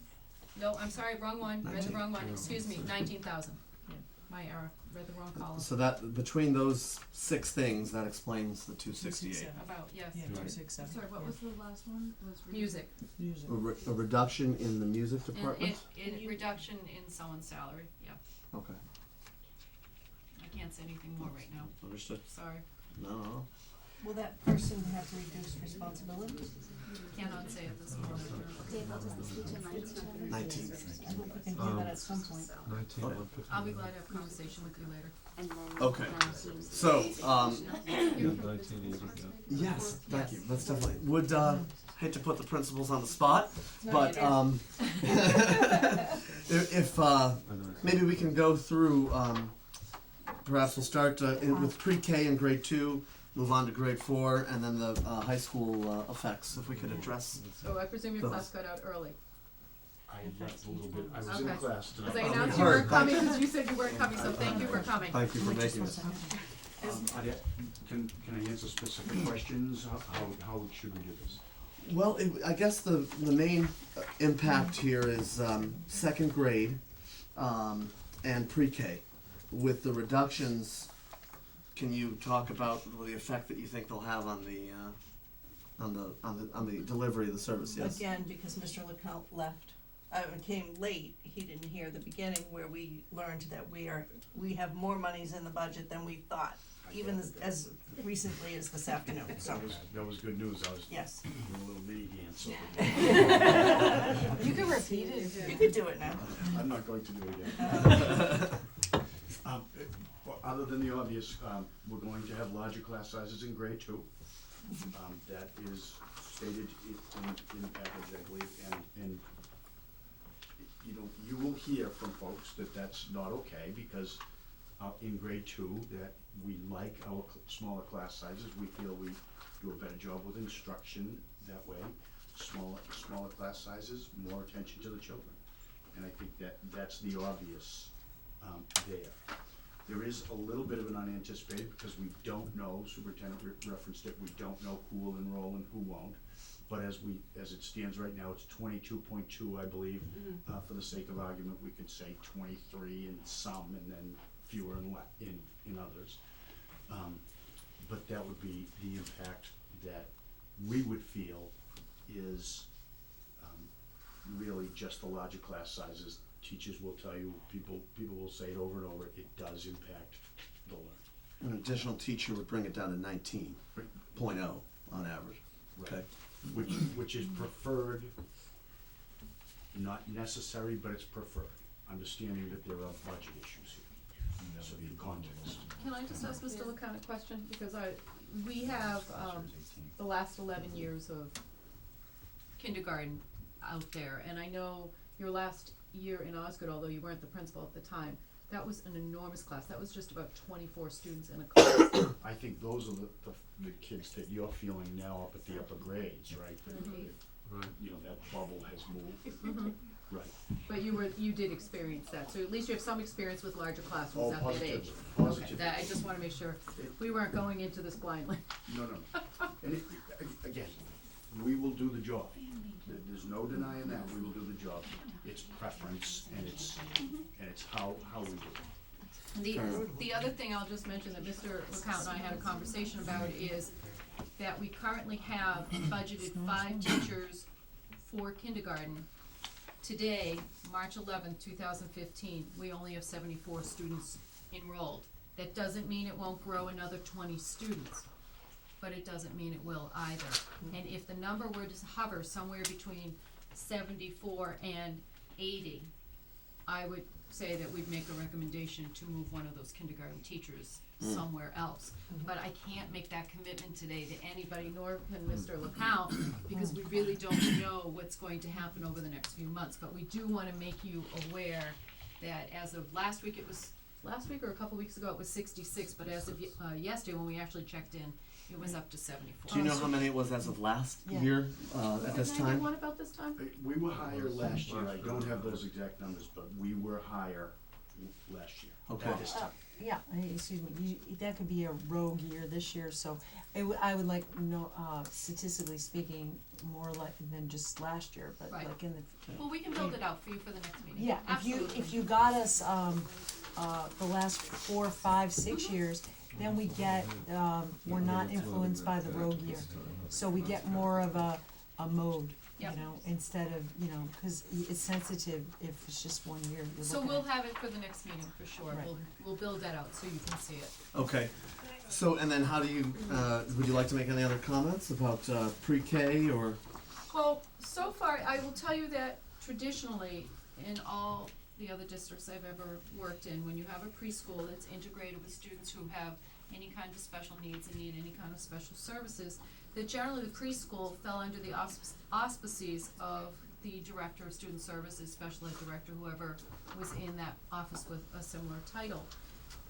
The model here has not been that. The model here is it's sort of a standalone program, and the principal in Osgood, whomever that may be, has covered that with the director of student services stepping in. I think moving forward, we would probably, since Mrs. Buchanan's been very involved this year, that we'd probably make the proposal that we shift the preschool under her umbrella moving forward, where she would, look over the integration and services and professional development that's needed there to help the students. That would be one thing I would do in the future, and that would take some of the burden off of Mr. LeCount to be able to look at the rest of his school, where he needs to be looking and focusing on kindergarten numbers, right? And at the same time, allow her to really be overseeing the services that need to happen as an integrated preschool. Okay. Good. And what's the percentage, I'm what's the sorry. percentage of the preschoolers that require some kind of services? The- Percentage, just not hard Not numbers, I realize that. The percentage about, Well, right now, we have 5 students that are receiving academic sort of IEP goals, and then the remainder of them receive related services in the preschool setting. If you look at what you're allowed to do for the state, sorry, I'm gonna look at this. So you can have class sizes, these are according to Massachusetts guidelines and recommendations. So up to 12 students, you can have less than 50% of your students can have IEPs. So if you have a class of 12, you can have 6 or less students. For 34. So- Well, my question, Oh, but my sorry. question is, out of 34 students, if only 5 require services, why would the special ed director be in charge of that because program? it's integrated and the people who work, they need to have a special education license to be in it. So it But there would are make only sense. 5 students out of 34 It's- with needs. It still requires an integrated program, cause those students are involved. So, all the other districts I've been in, it's always been, and this isn't really the forum to do that, I'd rather do that another night, but I'm just saying, moving forward, we would probably propose that, because there's so many special education needs that do get involved with that. Do you need to add something, Mary? There are, so typically in most school districts, preschool does fall under student services or special education, because there are so many different, special ed requirements. For example, there are indicators that you need to collect for, preschool data.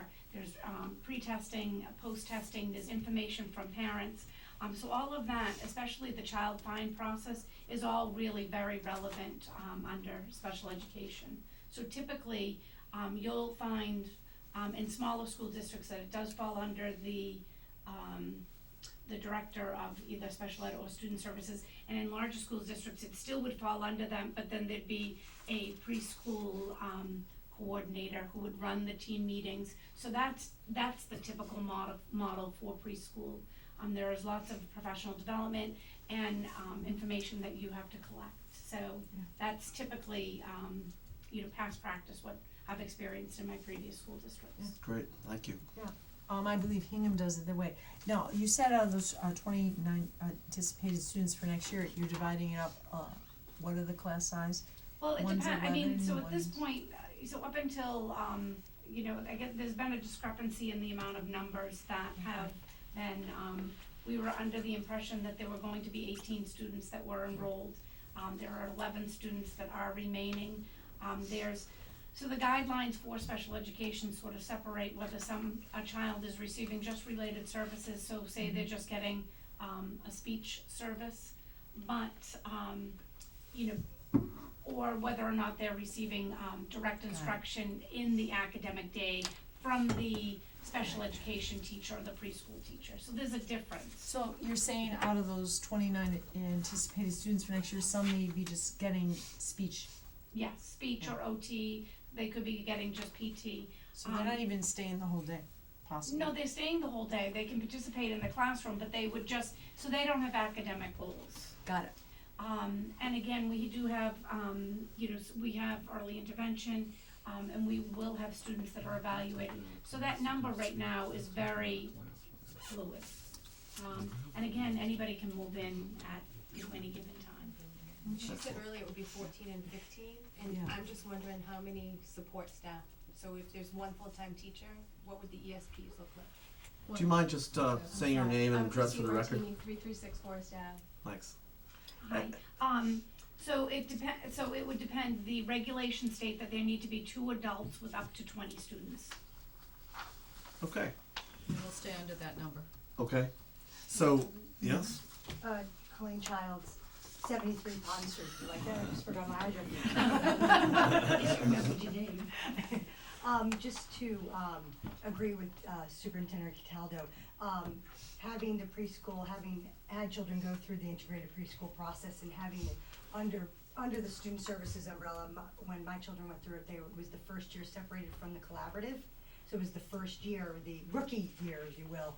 And, I found that being introduced into the student services department, as a new parent coming in with young children, it was a terrific transition and just made it very seamless and very smooth. And secondly, having it in Osgood made one less transition for my children as well. So this is something, coming from the parent point of view, that this makes a lot of sense.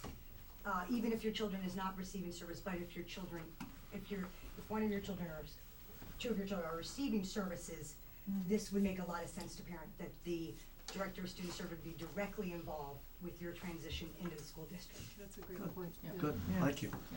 Okay, so, thank you, for the comments, we appreciate the insight. To keep, to keep up to the rhythm here, let's go through the Deer Hill and then the middle high school, and then we can answer more questions, unless you, is it? I was just gonna say one quick thing on the kindergarten enrollment. I know this isn't like directly correlative, but I looked through the birth numbers for the last 10 years in Cohasset and compared it to the entering kindergarten sizes, and I also looked at Massachusetts census data for births.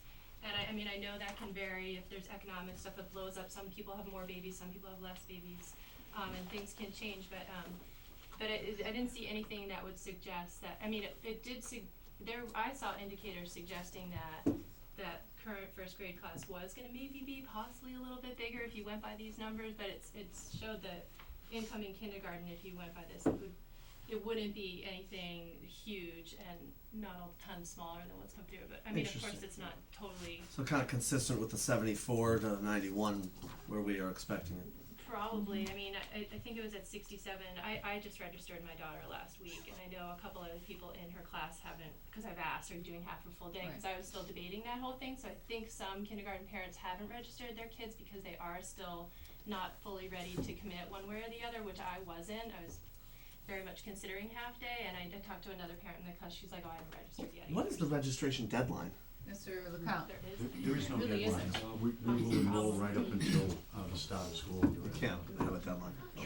And just one other comment, just piggybacking on that, people have choices in kindergarten, so they're considering those choices, and that's understood. So they may be looking at another school, they may be looking close to work, you know, there's lots of factors that go into that decision. So some folks do wait for a while, and you understand why when they have options. Or they're sitting in a couple of lotteries, or some folks who really, if they're working and they need that late afternoon coverage and might not get it in the schools, so then they'd have to make a transition, might leave their student in a preschool program that has a registered kindergarten program, and then when the student comes to us, they come as first graders. Right. Could I just ask, and you guys might already do this, but could you put it's time to register bit in your newsletter that goes out weekly? I mean, for both of your schools, or maybe you already do that? We put it on the web, we Okay. call the local preschools, I believe it goes in the Mariner, It was. and, yeah. I mean, I think people have just come outside their homes for the first time this week in like 2 months. Good, will do. But it's hard to, I mean, because it's been so cold, I don't think people are even thinking, okay, it's March. Yeah. Right. Will do, I'll And- follow up with that, absolutely. Mr. LeCount, when's the official, you're having students in, what day is that? Well, we have a parent orientation this month, March 27th, There you go. thank you. Just so you know, so that news is out. And you may wanna use the sign on Sawyer Street and Ripley Road, you know, they have that reminder sign for different things. That's good. Yeah. The Jumbotron, but you know what I mean? Yeah, it's Cohasset. I thought Cohasset Sports owned Maybe. that. The police do actually. Yeah, it's I'll a do my police. best to get our name on that.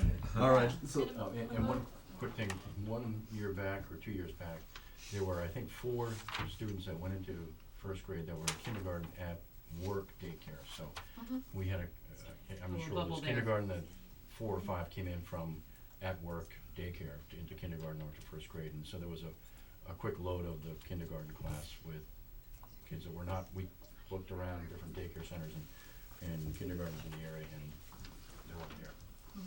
they would show. Mystery. And that enrollment increased over the summer. We were running Right. average numbers, and then all of a sudden, Yeah. the summer just came and changed things. Good, all right. Just the opposite of kindergarten. Preschool does have a close date. So in other words, we don't have to open that up. So as somebody that would be identified as a special education student would be enrolled, but we don't have to enroll any additional general education Typical students. students. So that Okay. is a What's that date. deadline? Sorry? What is that deadline? Passed. It with the lottery, so that number is firm unless they are just special education students that will be coming in. Okay, so Okay. that's good to know. Yeah. They get services. They get services. Right, no Yes. matter what. Right. Okay, thank you very much, let's keep moving on. Like, So, the proposal that you have, as Mrs. Cataldo said, represents, losing one teacher at Deer Hill School, in that cohort that's currently going from grade 3 to grade 4 next year. And I do wanna be clear, you know, just like, Mr. LeCount said, this is not a recommendation that I would be making, on an instructional basis, one little bit quite the opposite. It was really just, you know, when the district is faced with the figure that we were, discrepancy between what we would be able to spend next year and what the proposal said, and just in the spirit of not having any one school taking, you know, all the burden of all of that, so, it was a very difficult thing to consider, and it still is, so I'm very, very hopeful that maybe there'll be some light at the end of this particular tunnel, but if there isn't, I just wanna inform the school committee so that you can make an informed choice when you prioritize. So, right now, we have, the projection is 118. As Mrs. Cataldo said, in the last 6 weeks or so, I've met with 3 families, who are intending to enroll their children in that cohort next year. So, that's March. Between now and September, I think it's likely that we will have between 5 and 10 new students move into that cohort. Wow. Certainly possible. And if we do, that would leave us with 5 classrooms, one of which would have 27 students and 4 of them would have 26 students. And at the 4th grade level, where the children are, it's not as bad as the 3rd grade. I remember last year we were having the same conversation about 3rd grade. As the kids get older, they do gain a little more independence in their learning and not quite so much dependency on nonstop teacher attention. However, 4th grade's still pretty young, and especially that first half of the 4th grade year, and with the elevated expectations that come along with the Common Core, the 4th grade being such a heavy writing year, and writing being such a difficult task for children and in such need of individualized attention to move forward in their writing and to get it all together, it is worrisome. You know, just like what Mr. LeCount said, I am so proud of the Deer Hill staff and their work ethic and their determination to make students' experience the best it can possibly be, regardless of the resources, time and otherwise at their disposal. But I would think that it would be a very thin layer of teacher attention that each one of those children would get. And for this cohort, that would be particularly troublesome because there's, I think, a significant number of children who are on IEPs and who require remedial assistance in various tiered forms. So it would be even more worrisome for those children. thank you, that's good to know. And, Okay. The interesting thing is, the grade 4 teacher is departing, the grade 2 teacher is departing at the highest level, pretty much. So we can get somebody in if we choose at a savings to some extent. What's happening with the grade 4 teacher? The assumption there is that it's a is- $50,000 reduction, and that person must be in the mid steps, 5, 6, 7, I would think. Oh, okay, it's Uh, 50, step first. so it's 50. Usually what happens is when it's anybody who's removed, it's done by seniority. Right. Okay. And Yeah. so they're the younger teachers or the newer teachers who would then be given notice. And I know, just so the various personnel have been all, We this has asked, all been yeah. discussed with them. This is not Right. hearing them live for the first time. We've tried to be sensitive, obviously. Well, to that. I'd like to point out, just in case there's any of my teachers watching saying, is she talking about me? That, there's as Mrs. Cataldo said, it goes by seniority, and it would also, we're looking at the, elementary level teachers, not just 3, 4, and 5. Right. So the teacher might not actually come out a second, it might be somebody in a different grade and we do some transfer Is it around. fair to say that if the person being considered here already knows who he or she is? Or is that not fair to say? Because we're talking about all elementary, I personally cannot, I can't say that I've had a discussion with any of the elementary teachers from grade 1 to grade 5. Okay, Got it. very good. That's helpful. Okay, and again, these aren't even decisions that have been made yet. These are proposals, recommendations right. that we used collaboratively when we met, but again, it goes to the committee to start to discuss following this. Right, Okay. but we You're have comfortable with. 137. So before we move into the middle high school and high school, Katie Dugan, 100 Black Rock Road.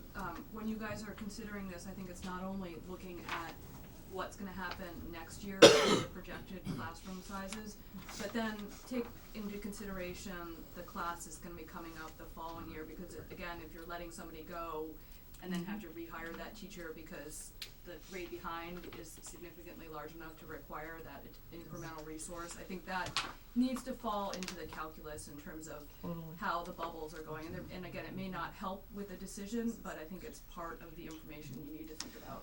And we did that, we did look at the numbers, not just this year, we not only looked at the numbers, we looked at what the possible receipts will be next year against the numbers, so that we would be taking it into consideration. and it's a good point. And in fact, if you even just look at grade 3, right, next year's projected grade 3, Right. which would go into grade 4, you're at 124 people, Right. which is even ahead of the high enrollment expectations for next year's grade 4. So it's almost certain that you're going to be at 124 in a matter of time. If it's not next year, it'll be the year after. So to your point. And on the other hand, the second grade, which 133 now is, all things equal, would drop to 109. Yeah. It's nothing is all things equal, but but the order of magnitude, whereas it's almost certain to be higher at the 4th grade in 2 years, it's almost certain to be lower in the 2nd grade in 2 years. Right. Correct. So the 4th grade, And yes. you always have mobility, we also took into consideration that we don't have a crystal ball, but we imagine that there might be individuals who choose to retire in the next year or two. And those all add into the factors of what we do with the numbers, combined with receipts, combined with the class bubbles. And boy, 5th grade's going to really benefit. Not this year, it's going to be quite high, but the next year, Right. as that 118 to 128 students causes a drop in 5th grade. Correct. Says DiChiaro, that Dr. DiChiaro will be coasting. I don't know Okay. about that. I have a question. Are Yes. most of the teachers that are certified K through 5? Is that how it goes? We have early childhood ed who gets certified up Okay. through 2. We Okay, have through some, 2. and then 1 through 6. 1 through 6. 1 through 6, correct? We have a variation on, depending on when the licensure came through. Right. The majority of teachers at Osgood have an early education, which is pre-K 2 or K 2. Some have 1 to 6, some have 1 to 5. But the Some K2s have 1 to can't be 8. bumped to 4 through 6 then. Yeah. Right, I personally have K to 8. It's an old cert. And depending on specialties, for example, I have a K 12. And I'm So- certified but 7 through 12 in mathematics, so it's So it just varies. Right. Okay. Principal Conley. Well, perhaps I'll speak to the 2 areas that we haven't covered yet, and then you can ask, obviously, any Great. follow-ups that you would like. The potential reduction of the speech and language person from the point 8 to the point 6 at the high school, I naturally bow to Mayor Buchanan's expertise and her and the team chair's ability to cull through all of the student services that we currently require, and there will be no impact to students.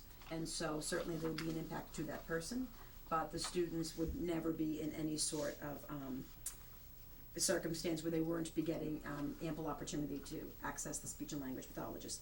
The potential for the elimination of team leader stipends is not an easy decision. We certainly labored over that quite a bit.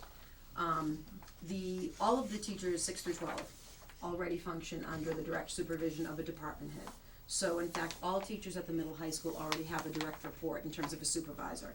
And then there's another layer, of the assistant principals and myself. So the teachers have enough of the leadership and supervisory that any one of them would need. And when you put all things in the balance, I think what it comes down to is that $16,000, though it is less than either of the middle school positions sought, I dare say that the majority of my middle school faculty would heartily support those positions being existent rather than hanging on to the team leadership stipend, because if we're talking class sizes, I have specialist class sizes of 38. And they're unreasonable numbers for folks to manage, and we've talked about that before.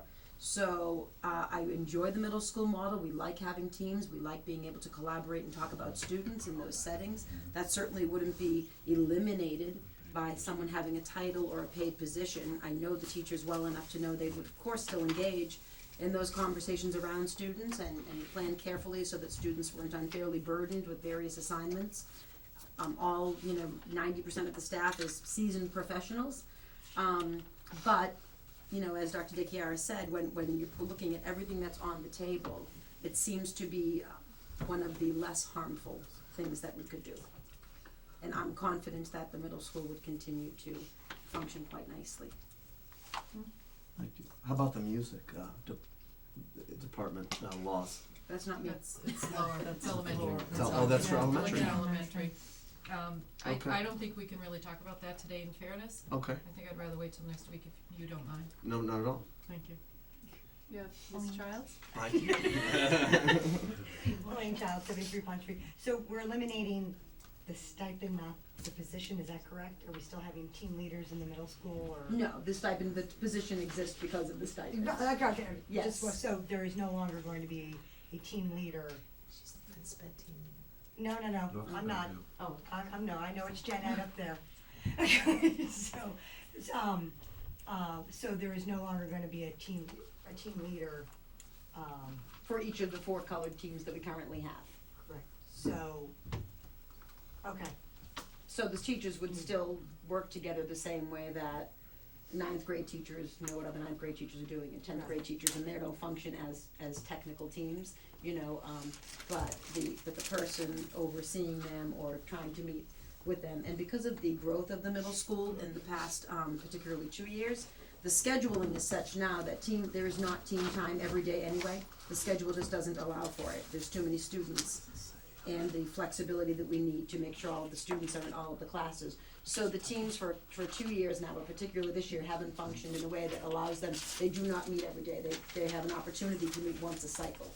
And then, as teachers often do, they meet naturally on their own, informally, after school and things like that. okay, well then here's my next question, if you have a parent who wants to call a Gen Ed meeting, whom would they? As I mentioned earlier, Kate Nelligan, the Okay, middle so school that's- guidance that's what I counselor, missed, she'll okay. do the coordination, and one of my points I recognize, that is in my opinion, the most critical function that the team leader serves at the middle school level, so the guidance department would take that on for sure.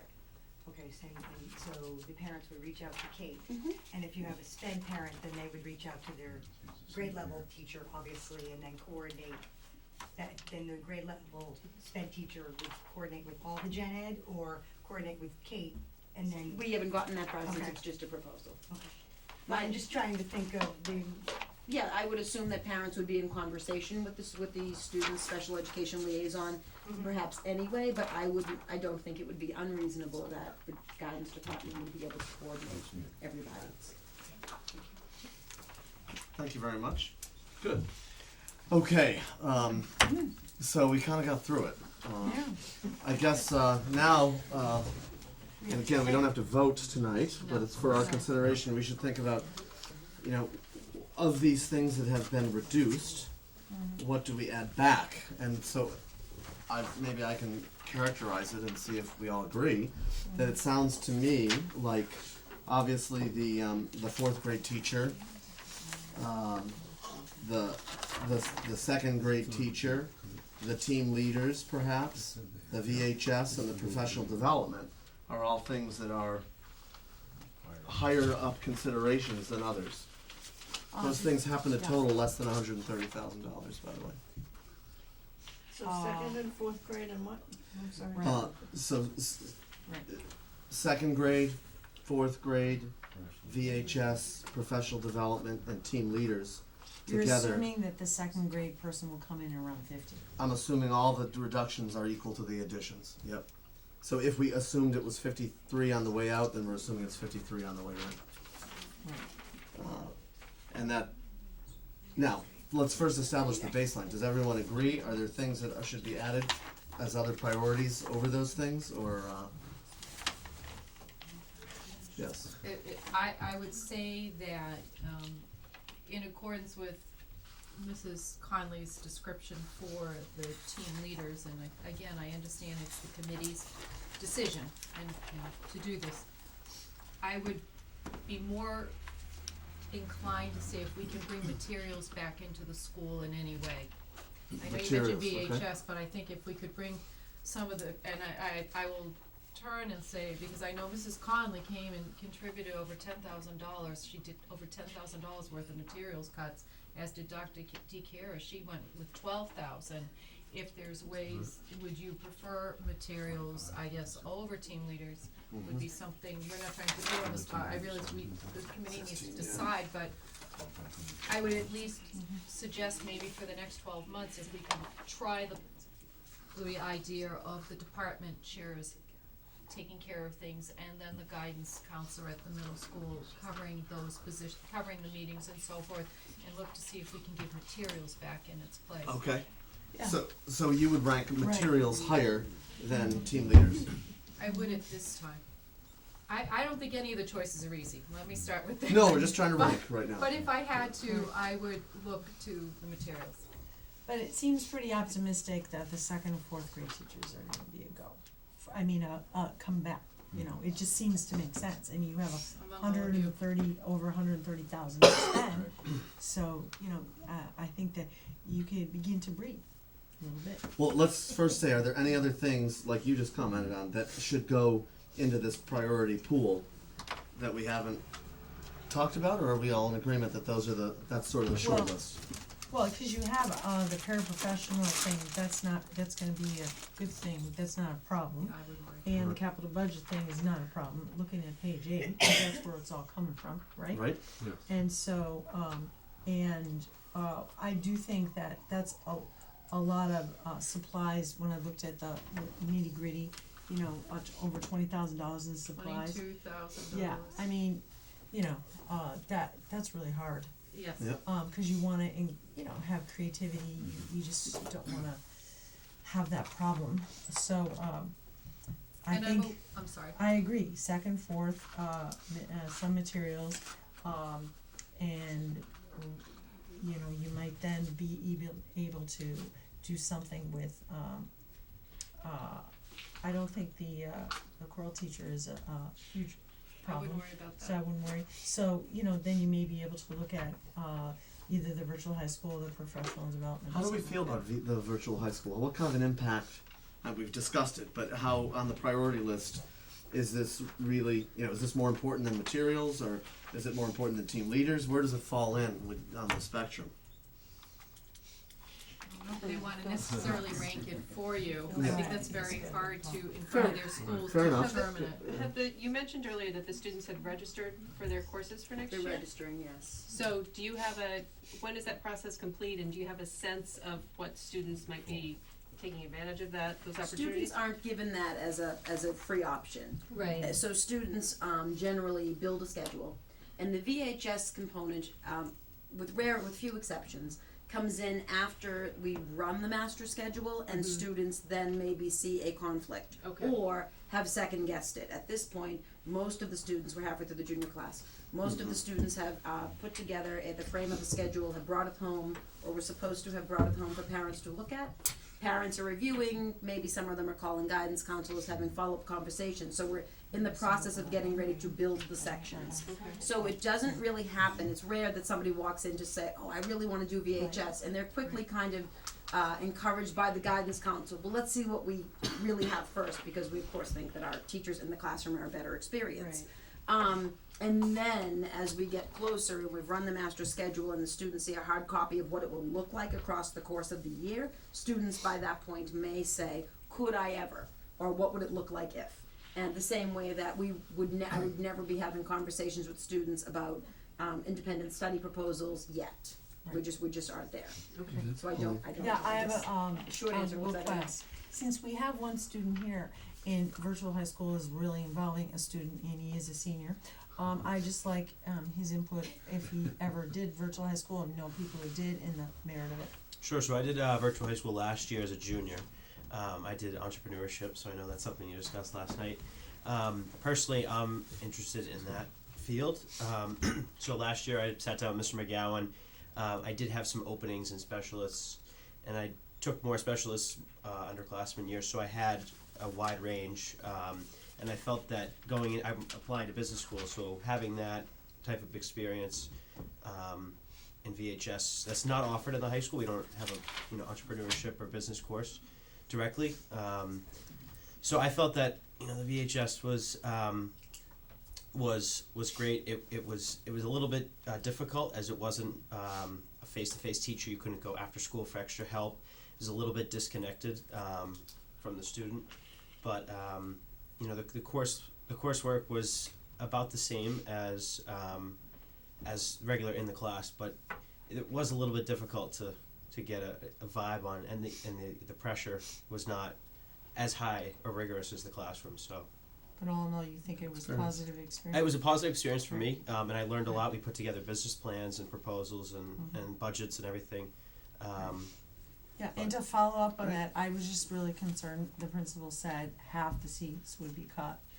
And also, the other follow-up was, I forget, but go on. Jean? Several years ago, prior to your entry into the district, I had requested metrics on virtual high school and the efficacy of the learning experience and the grades. And it was, I think people thought that the person that I asked thought I was looking for names. I wasn't looking for names. I would like to see how many people take what classes and what grades they get at the end, so that we can kind of be speaking, there has to be control. It can't just be a slot in front of a computer to babysit a child who doesn't, or a student, sorry, you are a child to your parents, but, so that we can kind of get a feel for how effective this even is in our district. We have so many high-performing students here and so many overachievers, that may not be the right answer. Maybe there's something else that we could do. So you're looking for a report that says, this is Superintendent Catala, this is something we can get, that says how many people participate and in what coursework they're taking. Exactly, what course they're taking, how many there are involved in the various classes, and what their final grades are. I guess I was going to say I'd have to turn to Mrs. Conley. For sure, there's 20 seats are definitely used throughout the year. It's usually full. I can absolutely get that information. One of the things that I'm sure that Mrs. Demas would echo is that the experiences are quite different depending on the instructors. Oh no, I get that. So it's interesting, and Christian, and I have a senior who is who wants to be a journalism major. For her to be able to take journalism was, terrific, because I knew that it made her marketable. So I think that for some kids, it's quite a good fit.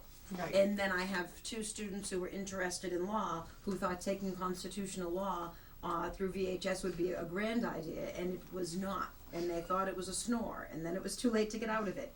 And the performance, I happened to have one of those students in class briefly last year, and the performance, it wasn't in keeping with who he is as a student. So it really is, I think there's quite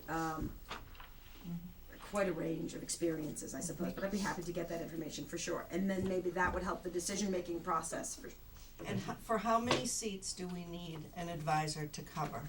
Because I know that VHS is supposed to have a teacher present in some way, shape, or form. So is there any kind of give and take so that the students can go for advice if they're having issues Sounds like we need to lose this input. outside of the guidance department? I have all that information. Okay. Because I have the history, I have the courses they took, when they took them. It's just a matter of I hope it wasn't lost in a flood of 15. Just looking for it. We do have that. We did that. I worked with Mrs. Conroy at that point.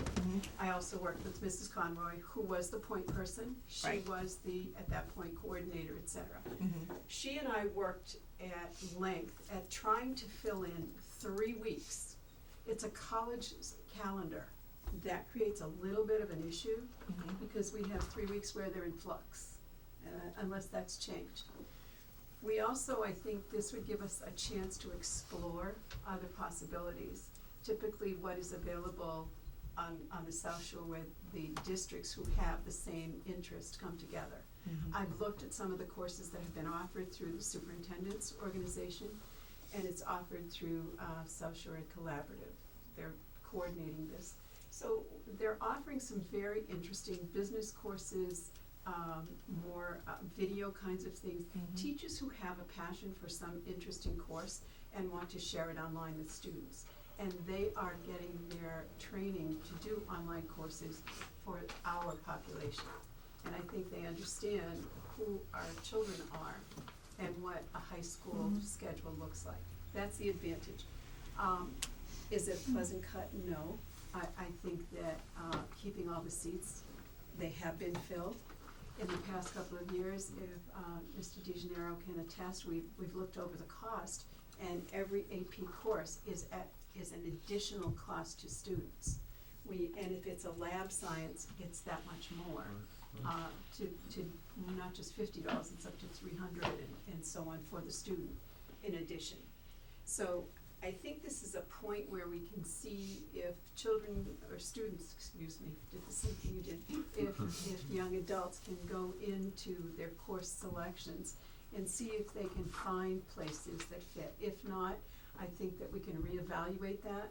I think it's something we need to try at this point, and I certainly go with Mrs. Connolly's idea, but I think we can do it for a year. And who, excuse me, who oversees that now? Laura that you- Struzzieri. Okay, alright. And I think one of the underutilized options that some of our students have that very few take advantage of is the option of dual enrollment. And frankly, if I had a student who was, a little bit older, a junior or senior, and quite passionate about a particular subject, and the student wanted to take a course at an area college and thought that he or she could be competitive or enjoy taking a class at that level, I think that that's a unique possibility. They're getting a college credit. It's an entirely different kind of experience that, so we're not, I'm not trying to eliminate, the possibilities, but, again, given all that we had to choose I think from. that's a great idea. Yes and no. The charter school does it. Paul's at his Yeah. hand up Yeah, go on. patiently. I guess I would lean towards if we could keep it. Yeah, And I me think one of the reasons why it was instituted to begin with was that we have the curriculum and course study, lots of different electives, and it's a question of what's available, what's there, and oftentimes just by enrollment purposes, we don't have enough in any given one elective or high-level class. I think it probably is more selection towards, honestly, towards you guys to make sure that the students that are selecting the appropriate classes online on the virtual high school are probably mature enough, bright enough, and are relatively independent. It doesn't seem to be a terribly expensive option. It really began because we had a lot of options that weren't available because we're a small district and we can get select things like entrepreneurship or BC Calc, for example, which are available. There are other Some languages too. and languages as well, Yeah. which that was the other Mandarin. aspect of it. So I would lean towards, again, it's not a very expensive prospect to continue it. If it's full, then we would be clipping 10 students Right. or 10 seats out of it, which I guess I'm leaning towards keeping it if we could. Yeah, Was me it too. Katie? The only comment I wanted to make is just again to call the school committee's attention to where the enrollment trends are going, and we've prioritized supplies over the middle school, and over the last 5 years, the middle school has gotten 78 more kids, and the Deer Hill and Osgood have lost 40, and so we continue to prioritize not around enrollment, and I would really like you guys to consider, again, enrollment trends when you're taking into account the burdens that or the decisions we're making. I think it's good. Makes sense. To that end, I think that some wonderful parent in our district would be very willing to run a school supply drive, and we would have more supplies than we knew what to do with. I think that people are more important than paper. Even though I would like every student here to have free paper and free pencils, the school supply lists are pretty astounding, but I think that if everybody bought an extra package of paper and an extra package of pencils, we'd have more than enough supplies. And I know that's not the only supplies, but I think that we really need to look more closely at what we're purchasing. So if we, that's a good point. If we just We have to I just wanted to say one thing about the dual enrollment. How do they do that with the rotating schedule? I Oh, the was students told take they the can't courses in do the it. evening, or after Oh, school, oh, if they go into an area of school. Okay. Yeah. Okay. Yeah, my son was considering that, and some people have, the problem if you're an athlete, it becomes a problem. I mean, they wanted him to do the Harvard Extension course because it just had been easier. He placed out of math, he was done with math by sophomore year or freshman year. So, it was hard to do because he would have lost the high school experience. He was in Kristen's role as student government president. He needed a presence if he was student government president on campus, number one, and number two, he was a varsity basketball player. So for some people, they miss out a lot. If we had a community college like right down the street, that would be different, but we're It's in. difficult, cause I looked into one in Yeah. Boston and they run from 6 to 10. Correct. They wouldn't get home And till the 11:30 charter at school, night. the charter school in Hull, which is now in Norwell, actually strongly encourages all their kids and juniors and seniors to take a college class. But they have a more alternative situation, and they don't, I think they have to go to high schools for the sports, other traditional high schools. I know that some try to play sports here when they were in Hull, but it didn't work. So why don't we take a quick temperature check? There's one Where we are person here. that, Oh, there's another question? I was just gonna say earlier, I had questions when I walked in before it came up about the metrics for the virtual high school, about, the percent of students that start a class and then finish it, cause I know there's students who start a course that's not working like they thought, and then they drop it, and then they're maybe out of course or something. And then also if they're taking an AP course, what is their AP grade, like how does that, are they doing well, are they getting the quality of that AP course that's allowing them to get credit or pass the AP? But I mean, I'm all for having more options for the high school students. I know that the most successful online high schools tend to be ones that do have students tied into like a real teacher and communicating with other students at the same time, like Stanford Online High School is one of the more highly regarded online high schools, and some of the others sort of operate that way. So I love that model where students are connected with other people through technology. But I don't know if you could even coordinate an AP Calc course with another high school if you agreed to have a time that would work for Cohasset students so they could be connected to another South Shore school like Situate. I don't know, but it could be interesting because then you've got a real teacher, you've got peers, and maybe even you could see the real students sometimes, something like that. can I respond to Interesting. that? Yeah, let's- I taught, AP Calc, and I agree. I mean, if you can do it with a live teacher, that's good.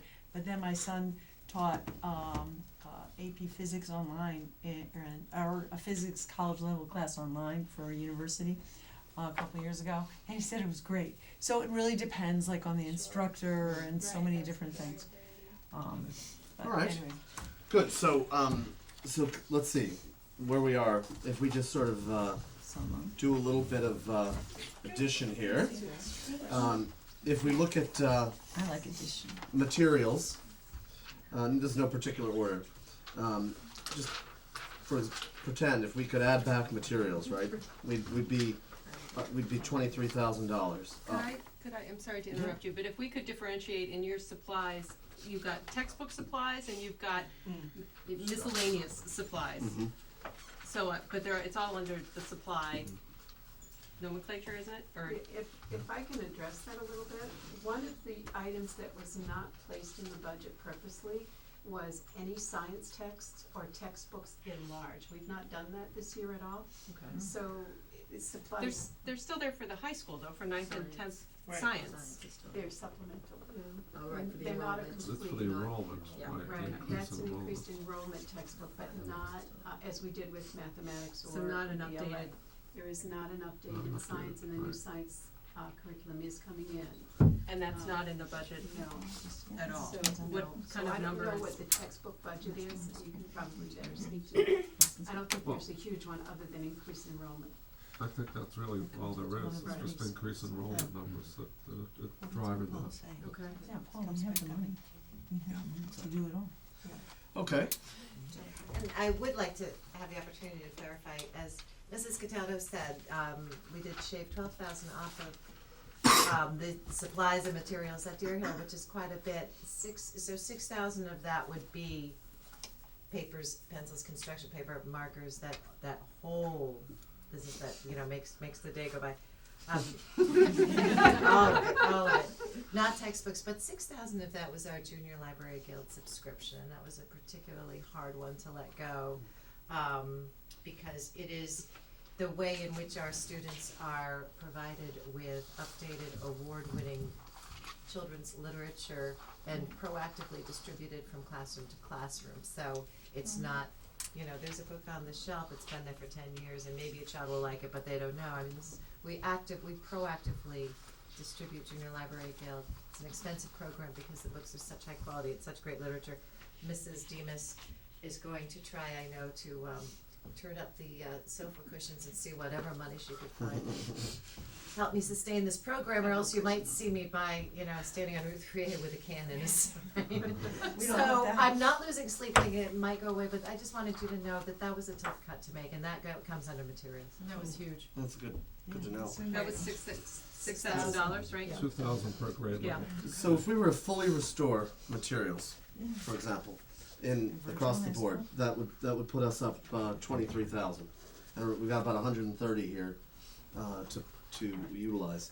And virtual high school, If we added the virtual high school back, that's 70. 7.5. Call it 31. If we obviously add let's just say the fourth grade teacher, again, no particular order here, that's 50. So that gets you to 81. This is sort of like Dave in the movie The President.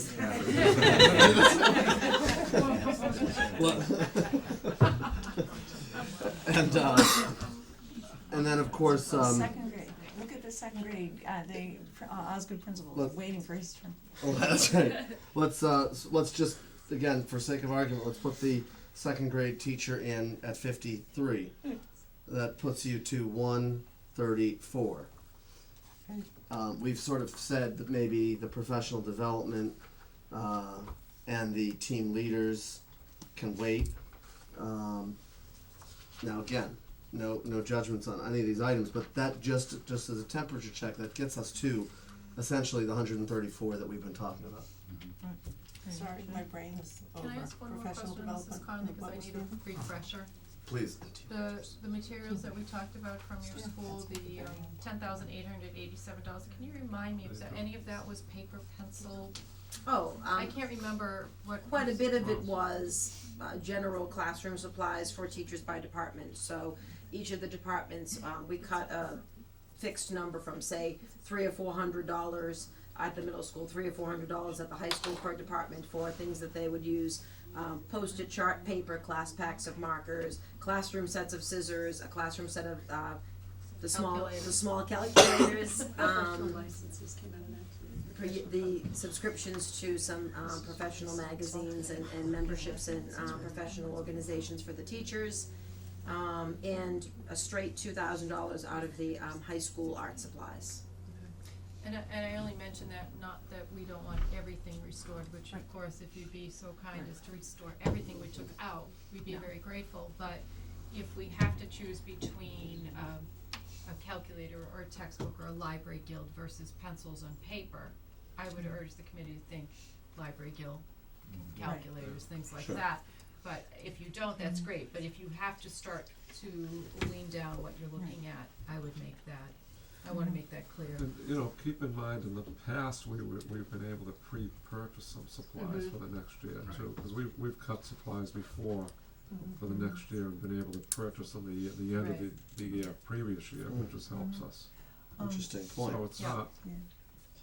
not Paul, something we haven't done before. I do like, Mrs. Estino's idea though of having what some schools do, a wish list, and then people start bringing in things and donating, cause we have some business connections with, some major, supply outlets here in town. So, anyway, I think it's a good idea.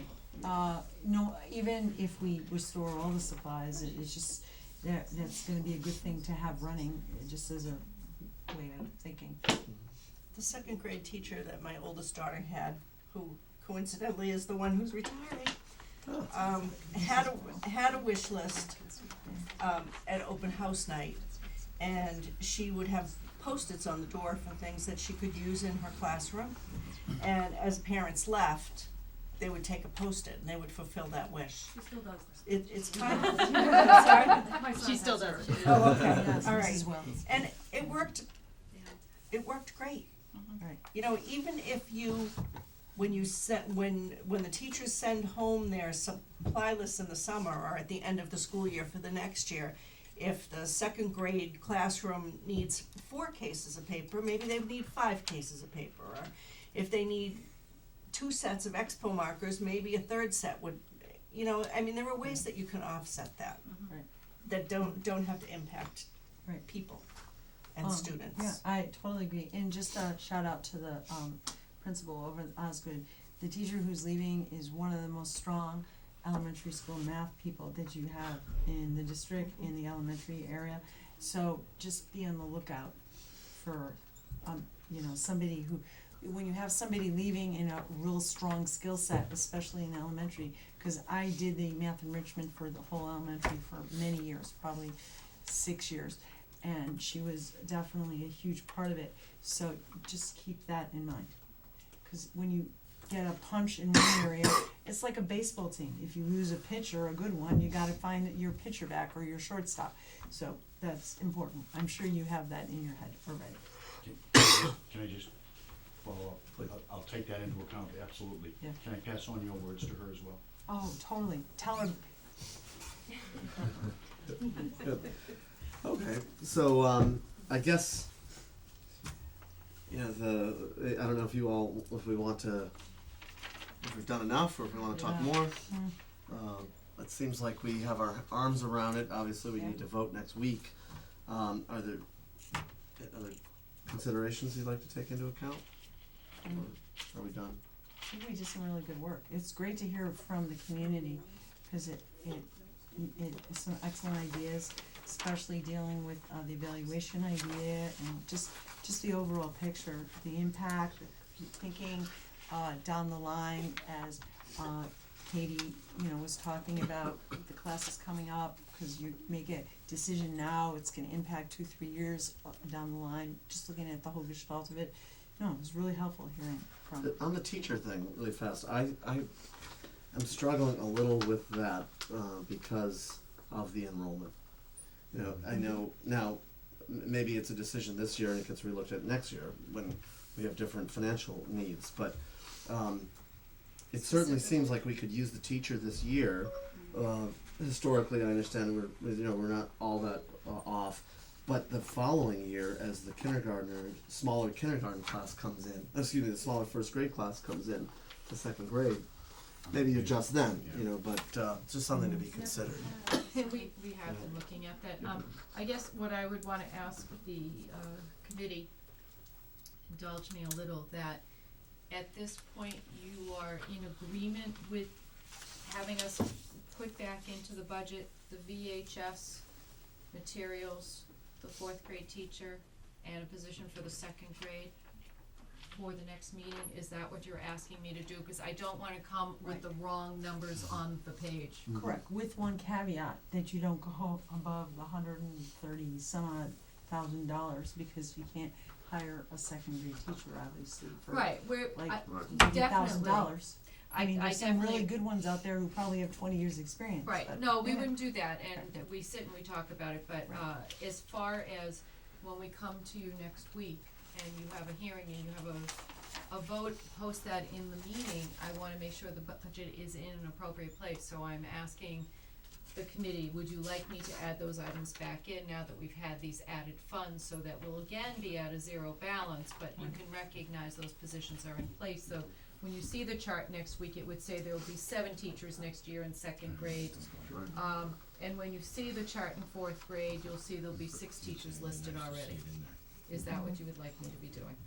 It sounds like we'd like to see that in there and totaled up. Just wanna make Yeah. sure when we As get long there, as we're you're not not all over the wondering what it 134. says. Yeah, Mhm. of the 134,766. So Okay. tomorrow, when Yeah. you make that Yeah. adjustment, Right. because Mr. DeGenero will be out of town, I wanna make sure we have enough time for him to enter everything appropriately. Absolutely. Can I ask one And then- question? Go ahead. And then I'd ask, not to vote on it now, but just to review it and see what it looks like. Absolutely. And we can vote on it. Lot could change in a week. Right, and we all need to look at the budget and just go through one more last time, every little thing, just to, like, Yes. to see it. As we saw it happened in 3 hours. Can I have the bottom line on the supplies at each of the schools? I know that it's 12,000 at Deer Hill. That was the proposed cut. Right. So what is the proposed cut at the Osgood School? We didn't have any cuts. to be honest. There were no We supplies. did not cut We it. had Art ours, it was a supplies. small amount, yeah. Just a small amount in the art, $703. if you go down to the. Okay. Oh, I'm sorry, Alright. that's right, cause we had balanced it out somewhere else, so I didn't, $703 forgive me. for ours. Okay, all right, and how about at the middle high school? You said 2,000 I think, for no, for that was art right, I think supplies. the total was about 10,880. It was 10,582. 10,887. 10, Yeah, 8, 10, 8, 8, 7. 2, something, 8, 7, right. Yeah, so that comes to, Is it possible, I don't wanna create extra work, but on the org chart on page 9 for the technology, digital learning, is it, even if you sent it, to me, we could do it at the office, but I'm wondering if we could kind of color code these positions in either So you sort know of red, who's the yellow, or town, green. who's the- Yeah, And who's who's shared. responsible? and I'm sort of thinking Town. green is town, yellow, or whatever. We'll figure, no, School. blue for the schools. Blue for the schools, I like that. Blue. I'm Okay. very sorry, Some- can't be, don't give us some another town's color. Town, current maybe school, red and new is school, shared. something like, just those 3 categories though. Our principals would agree it needs to be blue. Yes, naturally. We'll figure something out so you can differentiate and. Between the 3 types? Yes, Okay, yes. great. Okay. We have a question. in the Yes, audience. I just had a quick question, one child, 73 Pine Street, and I think I might have missed this because I was talking to Miss Buchanan. But I just wanted to reiterate, the team leader stipend, how much was that? 16. $16,375. Can't emphasize that. Okay. Okay. Thank you. Thank you. Okay. All right, good. So are we Well, this is ready? productive. Thank you, everybody, for your feedback and for staying late. And I guess we'll now, I guess we'll move on to the next item on the agenda really fast. What's the next item? Is there a next item? Sure. We've got some topics not reasonably anticipated in the last 48 hours. I know. With the thing that you said you'd pay for that, remember? This is the governor's budget and the cherry sheet that has come out. The cherry sheet for the other. Oh yeah, sorry, we're still gonna be meeting for another 5 minutes before we adjourn. Call to order. Slam that down. You memorized it. We're gonna meet for another 5 minutes, if you don't mind. We're just gonna talk, we're gonna be just 5 more minutes of discussion here. You can't talk amongst yourselves. Oh, you can leave though, you don't have to stay. So this is from the Department of Revenue, it's the February revenue collection. I just wanted to let the committee see the numbers and why we got a higher amount from the state. It has the federal numbers, it also has the cherry sheet, which was recently given out by the governor. This is the. You might wanna explain what that is, for Yeah, folks that so, don't know. yeah, so the cherry sheet is the monies that go from the state to chapter 70, which is our educational, unrestricted general government aid, which is UGGA, which is the local monies to town. It has the veterans, it has the public libraries, and it has the charter school reimbursement, school transportation if you're a regional school district, and local share of racing taxes, some other ones in there we don't necessarily get. So that's from the state, which is typically for the governor is the minimum level of funding that you'll see. It goes to the House and the Senate, so we typically get more. The next portion is the governor's, the fiscal year budget proposal. That was where you may have heard in the press, 3.6% for local aid, which we got close to that, not quite. And then the percentage coming from Chapter 70, which was 2.4%, although we got, I believe, 1.6% as it's graduated. So it just gives you an overview of where the monies came from.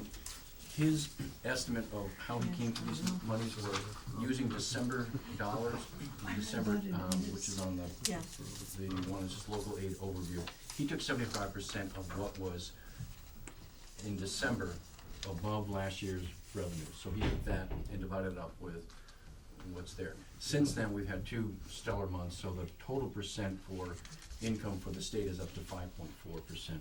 So it looks quite good for the state and for local schools as well. So I suspect we'll probably see a higher return from the Chapter 70s, the unrestricted grants to government, and also some of the other offsets, I think will be less. So I just wanted to even have a review that. It's online, it's in the governor's Department of Revenue. Thank you. But it's kind of helpful to see how the year has gone. It's been quite good. Excellent. So I think when we look at our budget, when we see it's higher than last year and we got more money from the town, more money from the state, that's why the economy both locally and statewide has really come back nicely and consistently. So less of a concern that this is gonna be a problem in the next 3 or 4 months. Yeah, supposedly part of it is that the state has been better about collecting money that's due to it, which makes sense, that's would have a positive impact. I mean, if you look in the third page of that, it's you can look in February, which is a big tax year, or tax month rather. It's been quite Yes, good. we're getting better as a state at that. Excellent. All right, well, thank you. So do we have a motion to adjourn? So moved. Do I'll we have a second. Okay, all in favor of adjourning at 9:22? All in favor? Colleen. Gina Stino. All right, Paul Schubert. I'm Mary McGoldrick. Aye, Colin, you Good evening.